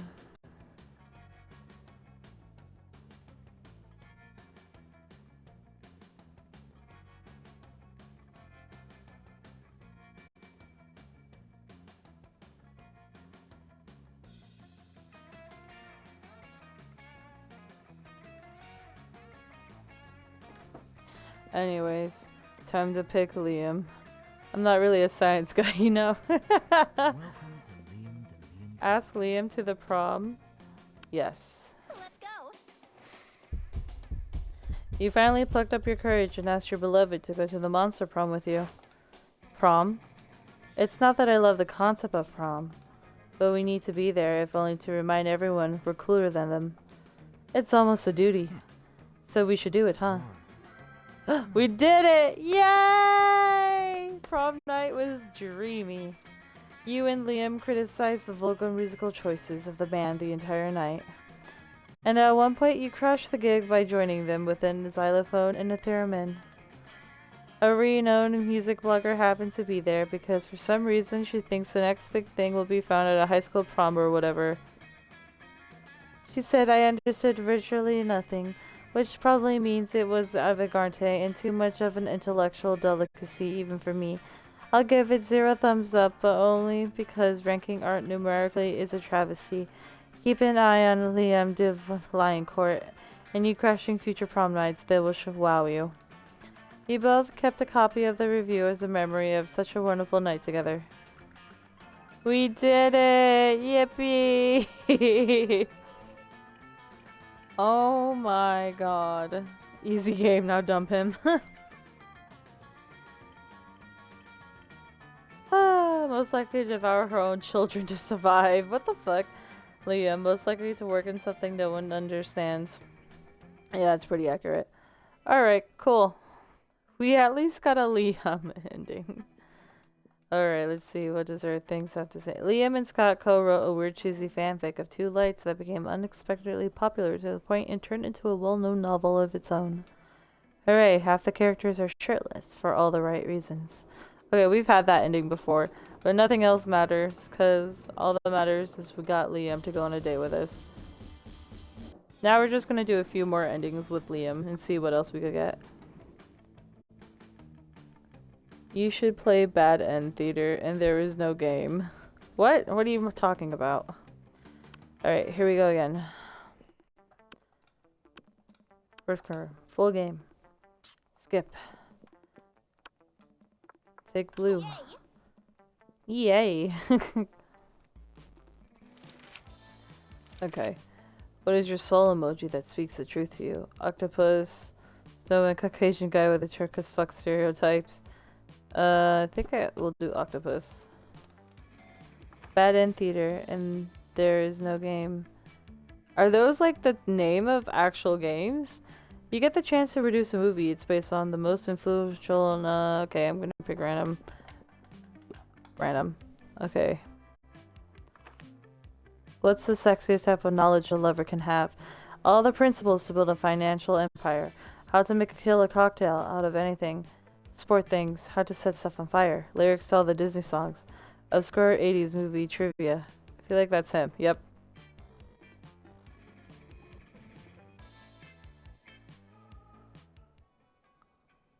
Let's go. Okay.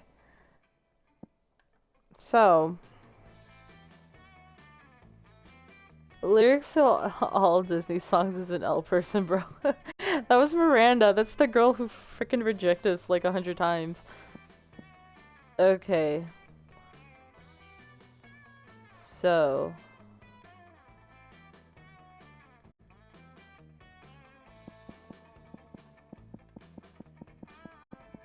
I guess, should we do a random? Fuck you, Miranda.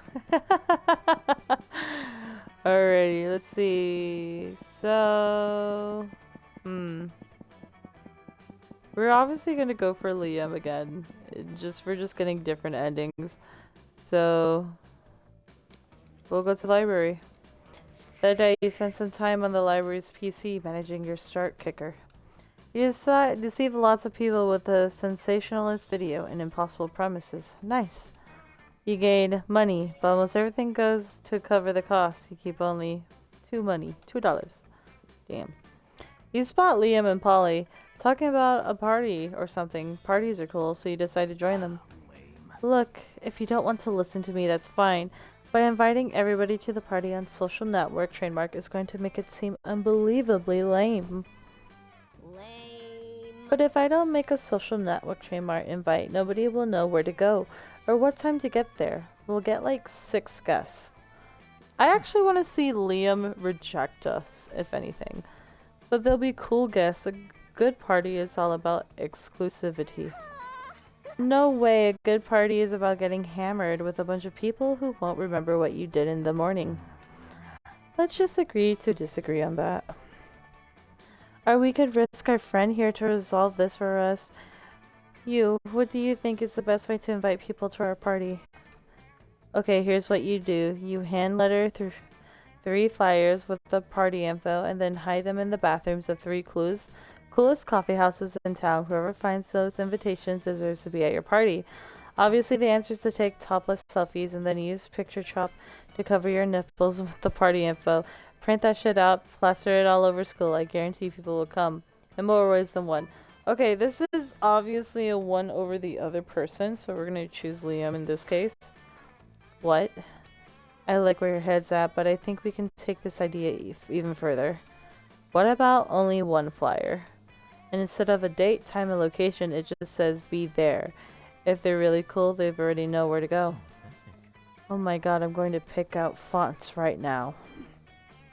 You're still not sure if your ideas are genius or stupid, but they're stupid. They seem to be the kinds of stupid Liam actually likes. You gain 2 smarts and 1 creativity. It seems like for Liam, yeah, that's like his traits that he goes for. Smarts and creativity. So we're gonna avoid those. Let's go. Okay, oh, he's talking with Scott. You find Liam taking pictures of his food, and Scott taking pictures of also Liam's food. Okay, so it's the same. But this time we'll choose Liam. Scott, look over there. There's a Stuart Hogarth on top of the pile of mashed potatoes. Stuart Hogarth, the strongest accountant type Pokemon in the game. What does it even mean to be the strong accountant? Is he like really good at math? No, he's just super buff. The buffest accountant. I've gotta have him. Who would have guessed? Smarts and creativity. Scott bounds across the cafeteria and practically dives into Gary Gremlin's mashed potatoes, looking for a Pokemon to capture. Do you think he actually knows how to play Pokemon's Go, or do you think he just likes diving into people's food? The 2 of you debate the question while you help Liam line up the perfect food pick. Later, he lines up some very hot pics of you. Whoa there. Let's go. Okay, so let's do charm. That day, an epic dodgeball match takes place. Everything seems lost, but you do- oh wait, why am I reading this? You're bored and doodling in your notebook when Damien suddenly appears.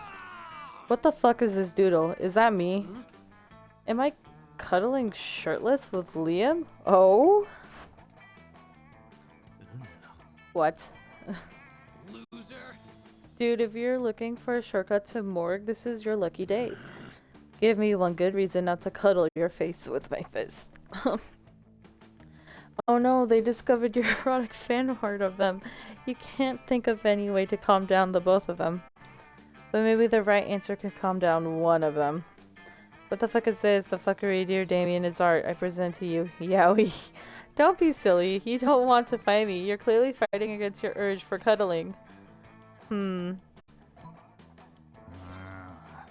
down, Damien. You're such a bigot. I have heard about this. Yowie. It's a millennially form of art from the East. A delightful celebration of love and desire. What? So authentic. And I must admit, this piece is full of raw talent. Look at the strokes, the expression, the suggestive placement of the hand.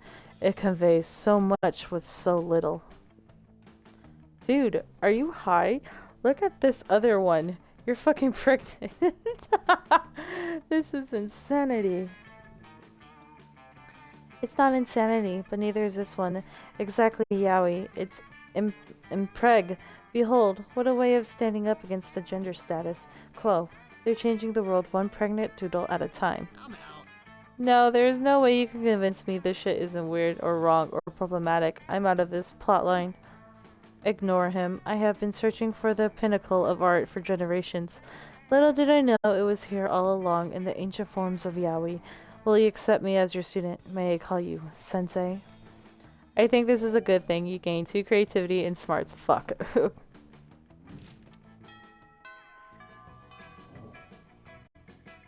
go.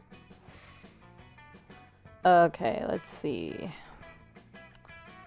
Let's do boldness in the bathrooms.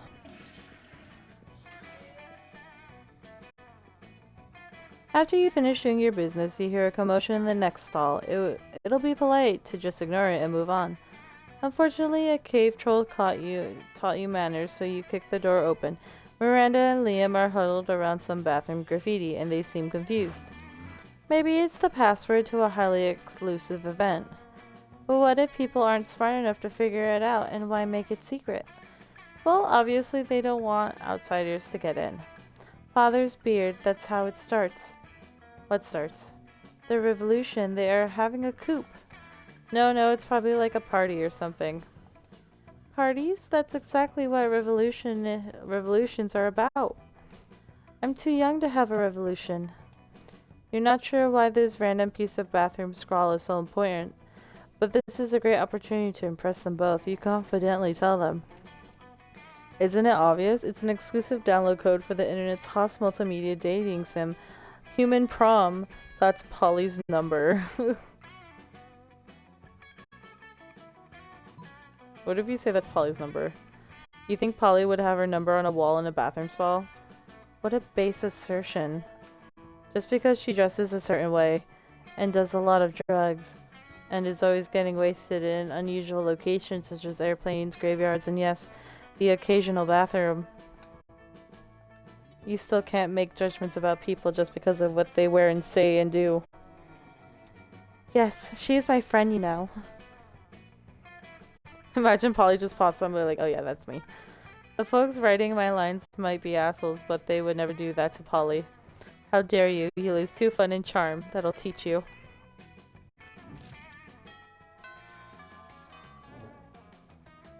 Let's go. Okay. There they are. Liam and Polly aren't alone at their table. They're flanked by 2 beefy hobgoblins in school security uniforms. Oh, okay, it's this eating thing.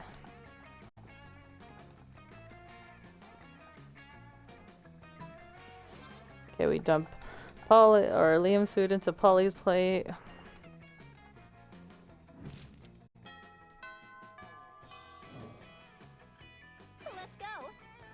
Alrighty, let's see.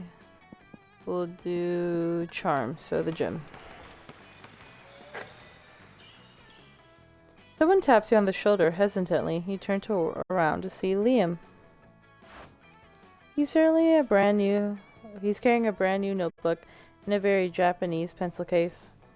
Oh shit, that's right. You promised to teach him the secret of yaoi. He bows to you. Ohayo gozaimasu, sensei. I'm learning Japanese so as it makes this more authentic. I'm ready for my first lesson. You know nothing about teaching yaoi. You kind of just draw naked dudes snuggling and hope it turns people on. But Liam won't buy that. He thinks you're a yaoi master.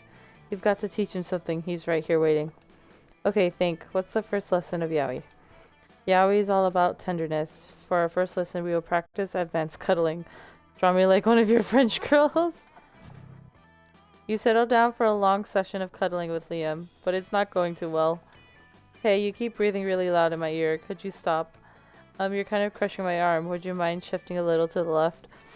It feels like you're kneeing me repeatedly at the base of my spine. That seems dangerous. After a few minutes of this, Liam disengages. Oh, I see. You're teaching me how not to cuddle. How brilliantly counterintuitive. Yes, I feel it. After only 5 minutes of this, I am completely, irrevocably unattracted to you. Which is a shame. I was sort of looking forward to the student-teacher romance narrative. But oh well, learning comes first. Right. Learning comes first, and now you'll never come at all. You lose to charm and fun. What the fuck? Let's go. Okay, so we're gonna go outdoors. Suddenly you hear Scott cry out. Liam, look out!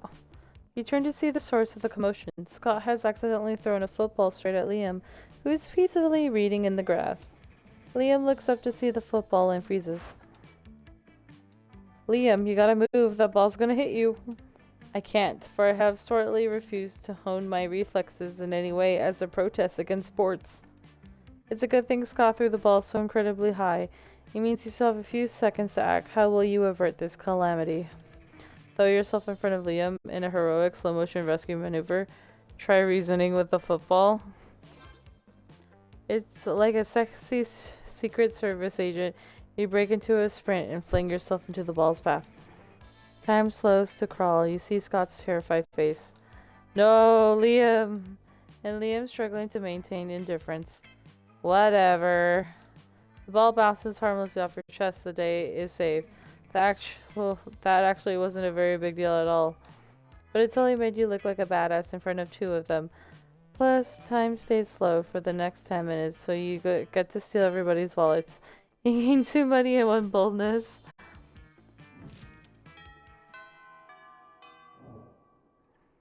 Let's go. The strokes, huh? Bruh. Okay, where is he? Oh, he's with Miranda. Bruh, let me... There you go. You found Liam artfully arranging his food while Miranda diligently sorts her silverware. Neither of them is eating, obviously. Okay, nope. So... You have to try the picture fork. It's a fork for taking pictures of. The picture fork? Miranda, why didn't you suggest the picture fork? I don't know. It seemed to... on the nose, and a fork does not belong on one's nose. But look at this fork. It's so vintage. Slightly tarnished, silver. A pineapple filao. Yes, it's a manufactured thusly by Palace Quaintsmiths. Don't tell me that. It makes me less authentic. Just place it in the correct location over my food pick. Very well. The correct location is across the plate, as it's left haphazardly while enjoying a delicious meal. So nonchalant. I love it. Liam's so impressed with your selection, he spends hours with you after lunch picking out filters. You miss class, but it's worth it. Hooray. Let's go. Okay. To the gym.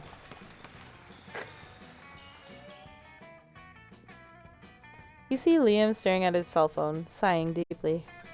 Maybe one of his favorite bands signed to a mainstream record label, or the exact shirt he's wearing is featuring on a magazine cover. You decide to check in with him. You know, Star Kicker, that vile website where people crowdfund projects not good enough to get real investors? Wow, thanks, Liam. Do you not know why you exist? Damn. Well, today I found something of some interest. A time machine. I mean, it's clearly another terrible overpromise that will be released at least a decade after the due date. In the end, it'll be way shittier than promised, like a toaster attached to a clock. A toaster attached to a clock. Genius. You discreetly write down the idea in your $1,000,000 notebook. Let's see if you can beat those guys to market. Damn. Well, alright. But I was sighing deeply because I couldn't help but think. Supposing I were to acquire such a machine, I wonder where in time would I go. 3.85 billion BC, so you can be into existing before it was cool. Everyone knows the dopest time in monster history was 1925, specifically July 26, 2 a.m. to 5 p.m. What was happening during that time? That's such a specific date.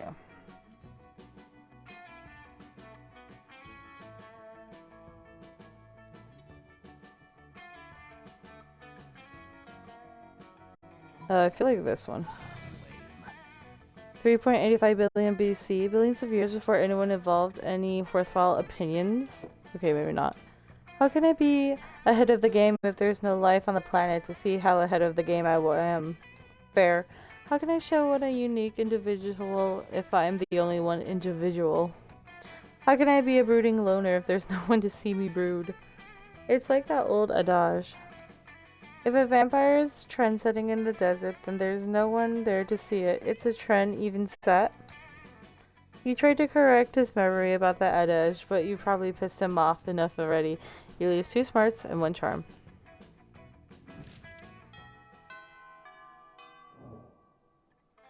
Let's go. Okay, let's try the gym again.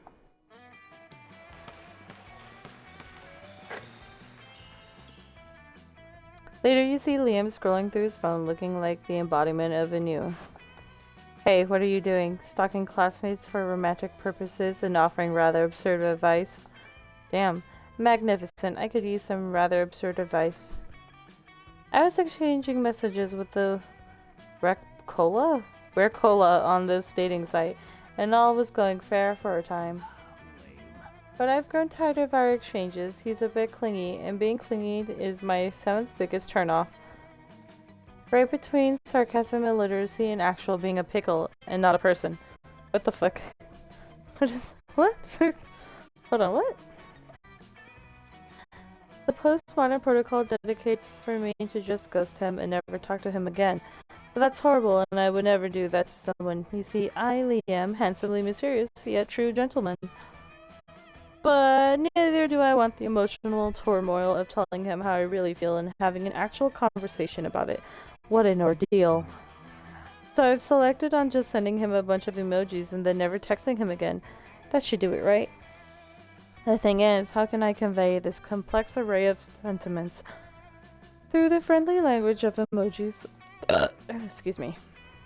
This is your time to shine. Show Liam you excel at complex sentiment, so that he might someday feel like sharing them with you. Maybe croissant, school bus, shooting star, trumpet, crocodile. This one, little vampire growing disinterest, and overly attached Rocolo emoji. What? That's so nuanced. Let's send it right now. He texts me back. Let's see. Liam, even if it hurts my heart, I understand how you feel. Maybe you're right now. Maybe you're right. Maybe we used to be like a croissant and now we're just a school bus. Maybe we should now do a shooting star and look for the trumpet to our crocodile. Farewell, my purple shooting star. Perfect. No more overly attached wear cola, and I can still have a clear conscience. Not bad. I must admit, your emoji Your emoji poetry has touched my soul. You're an artist, and my smartphone is your gentle harp. Ah. Maybe one day you could show me your feelings through delicate emojis too. Whoa there. You were basically so nervous that you selected a bunch of emojis at random, but it worked. Sweet. And who knows? Maybe Liam is the trumpet to your crocodile. You gained 2 charm and creativity.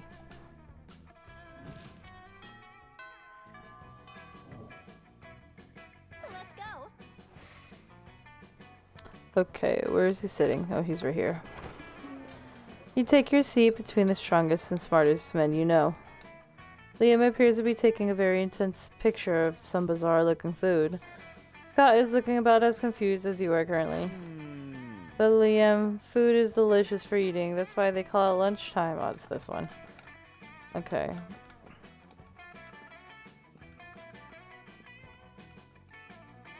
Obviously the lychee fruit flavored custard with the side of tofu. Yeah, this one. Oh, I always knew you were a monster of impeccable taste.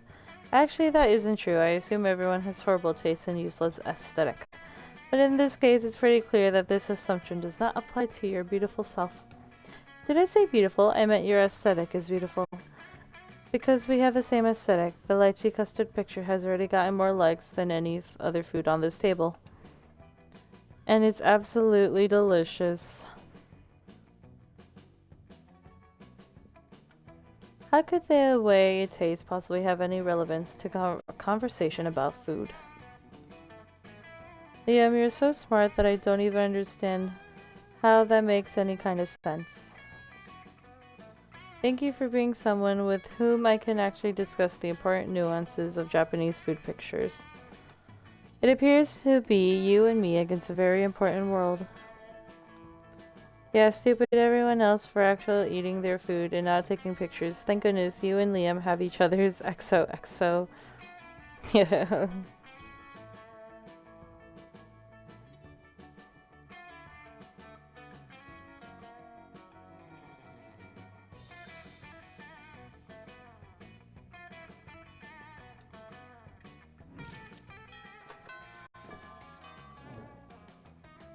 Let's go. Alrighty, let's try to increase fun.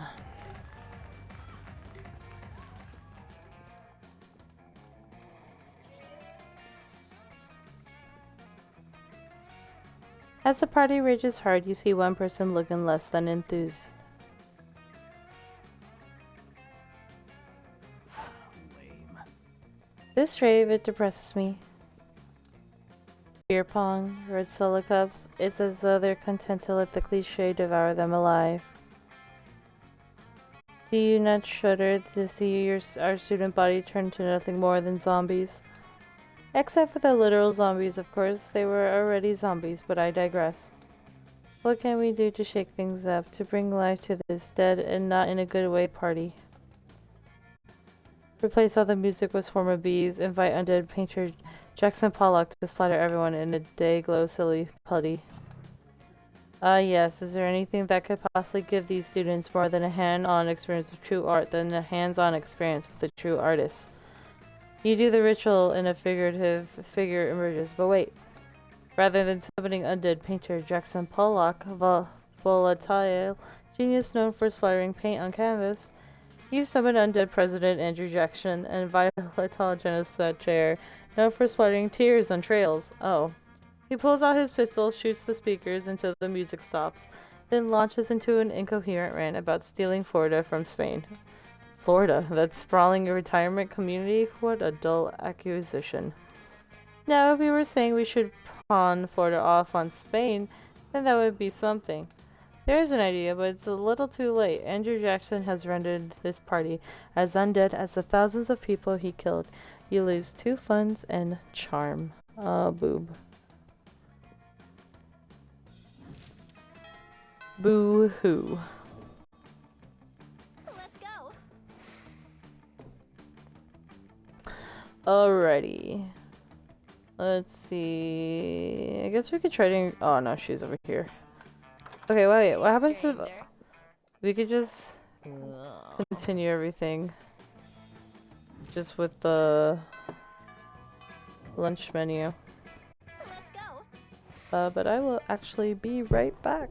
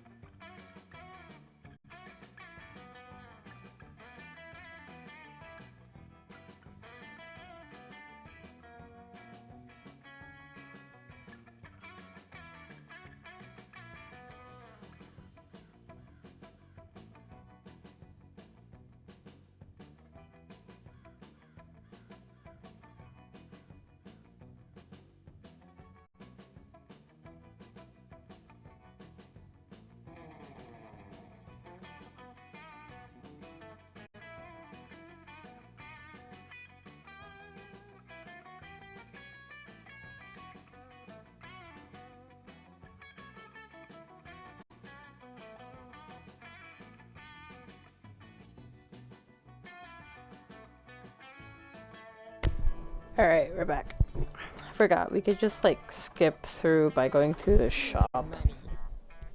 Give me your money.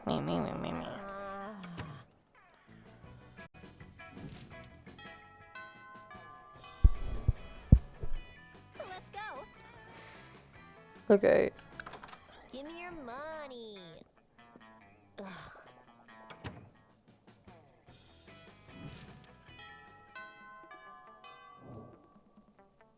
Let's go. Hey, stranger. What's the present today? The fuck? The shitter, believe it or not, it's a very religious thing. Okay. Cool. Let's go. Okay. Nope, we're gonna go to her. Alrighty. Exit. Okay. Here we go. Let's go. We'll go to outdoor. Looking around, you see Damien and Liam arguing about whether black metal is better than death metal. Suddenly, Damien stops arguing and sniffs the air. Oh, sniffs. Shut up, do you smell that? Yeah, it smells like Christian Dior, the plot armor. Oh fuck. Prepare to die. It's me, dickheads. And I brought enough crucifixes and holy water for the whole class. Oh, look at me, I've been meaning to finish my take-home final for AP Murder. Go ahead and just try to kill me. I'm the protagonist, bitch. She's right, unfortunately. This is well-trod territory. We are, as they say, pretty fucked. Screw that. You've got a way to save Damien and Liam without killing anybody. All you have to do is bring everyone to tears with a mind-shattering guitar solo, throw a brick at her head. You pull your emergency brick out of your backpack and chuck it at the Slayer's head. Ow, my consciousness! Of course, plot armor prevents the Slayer from being killed, but allows her to be knocked out when she's being an asshole. I just like the part where the brick hit her head. The three of you work together to drag her to the bathroom and put her head in the toilet. It's a bonding experience to gain 2 fun and charm. The monster prom is here. So we'll ask Liam. Ask Liam to the prom? Yes. Let's go. You finally pluck your courage and ask your beloved to go to the monster prom with you. You and me? Tch. I'd rather go to prom with a bag full of garbage as my date. Wait, that'd be so disruptive. Thanks for the insight. Enjoy embracing eternal solitude, my friend. Now, if you'll excuse me, I have a bag full of garbage to court. You couldn't get a date for monster prom. Actually, you couldn't get a date for the rest of your life. Why does he look like that? Alright, though. But we did it. We got a good ending with Liam, and then we got a bad ending with Liam. As for Miranda, we got only bad endings with her. But hey, at least someone said yes to us. And that was Liam. So thank you, Liam. Alright, and that is going to be it for today's stream. Thank you so much.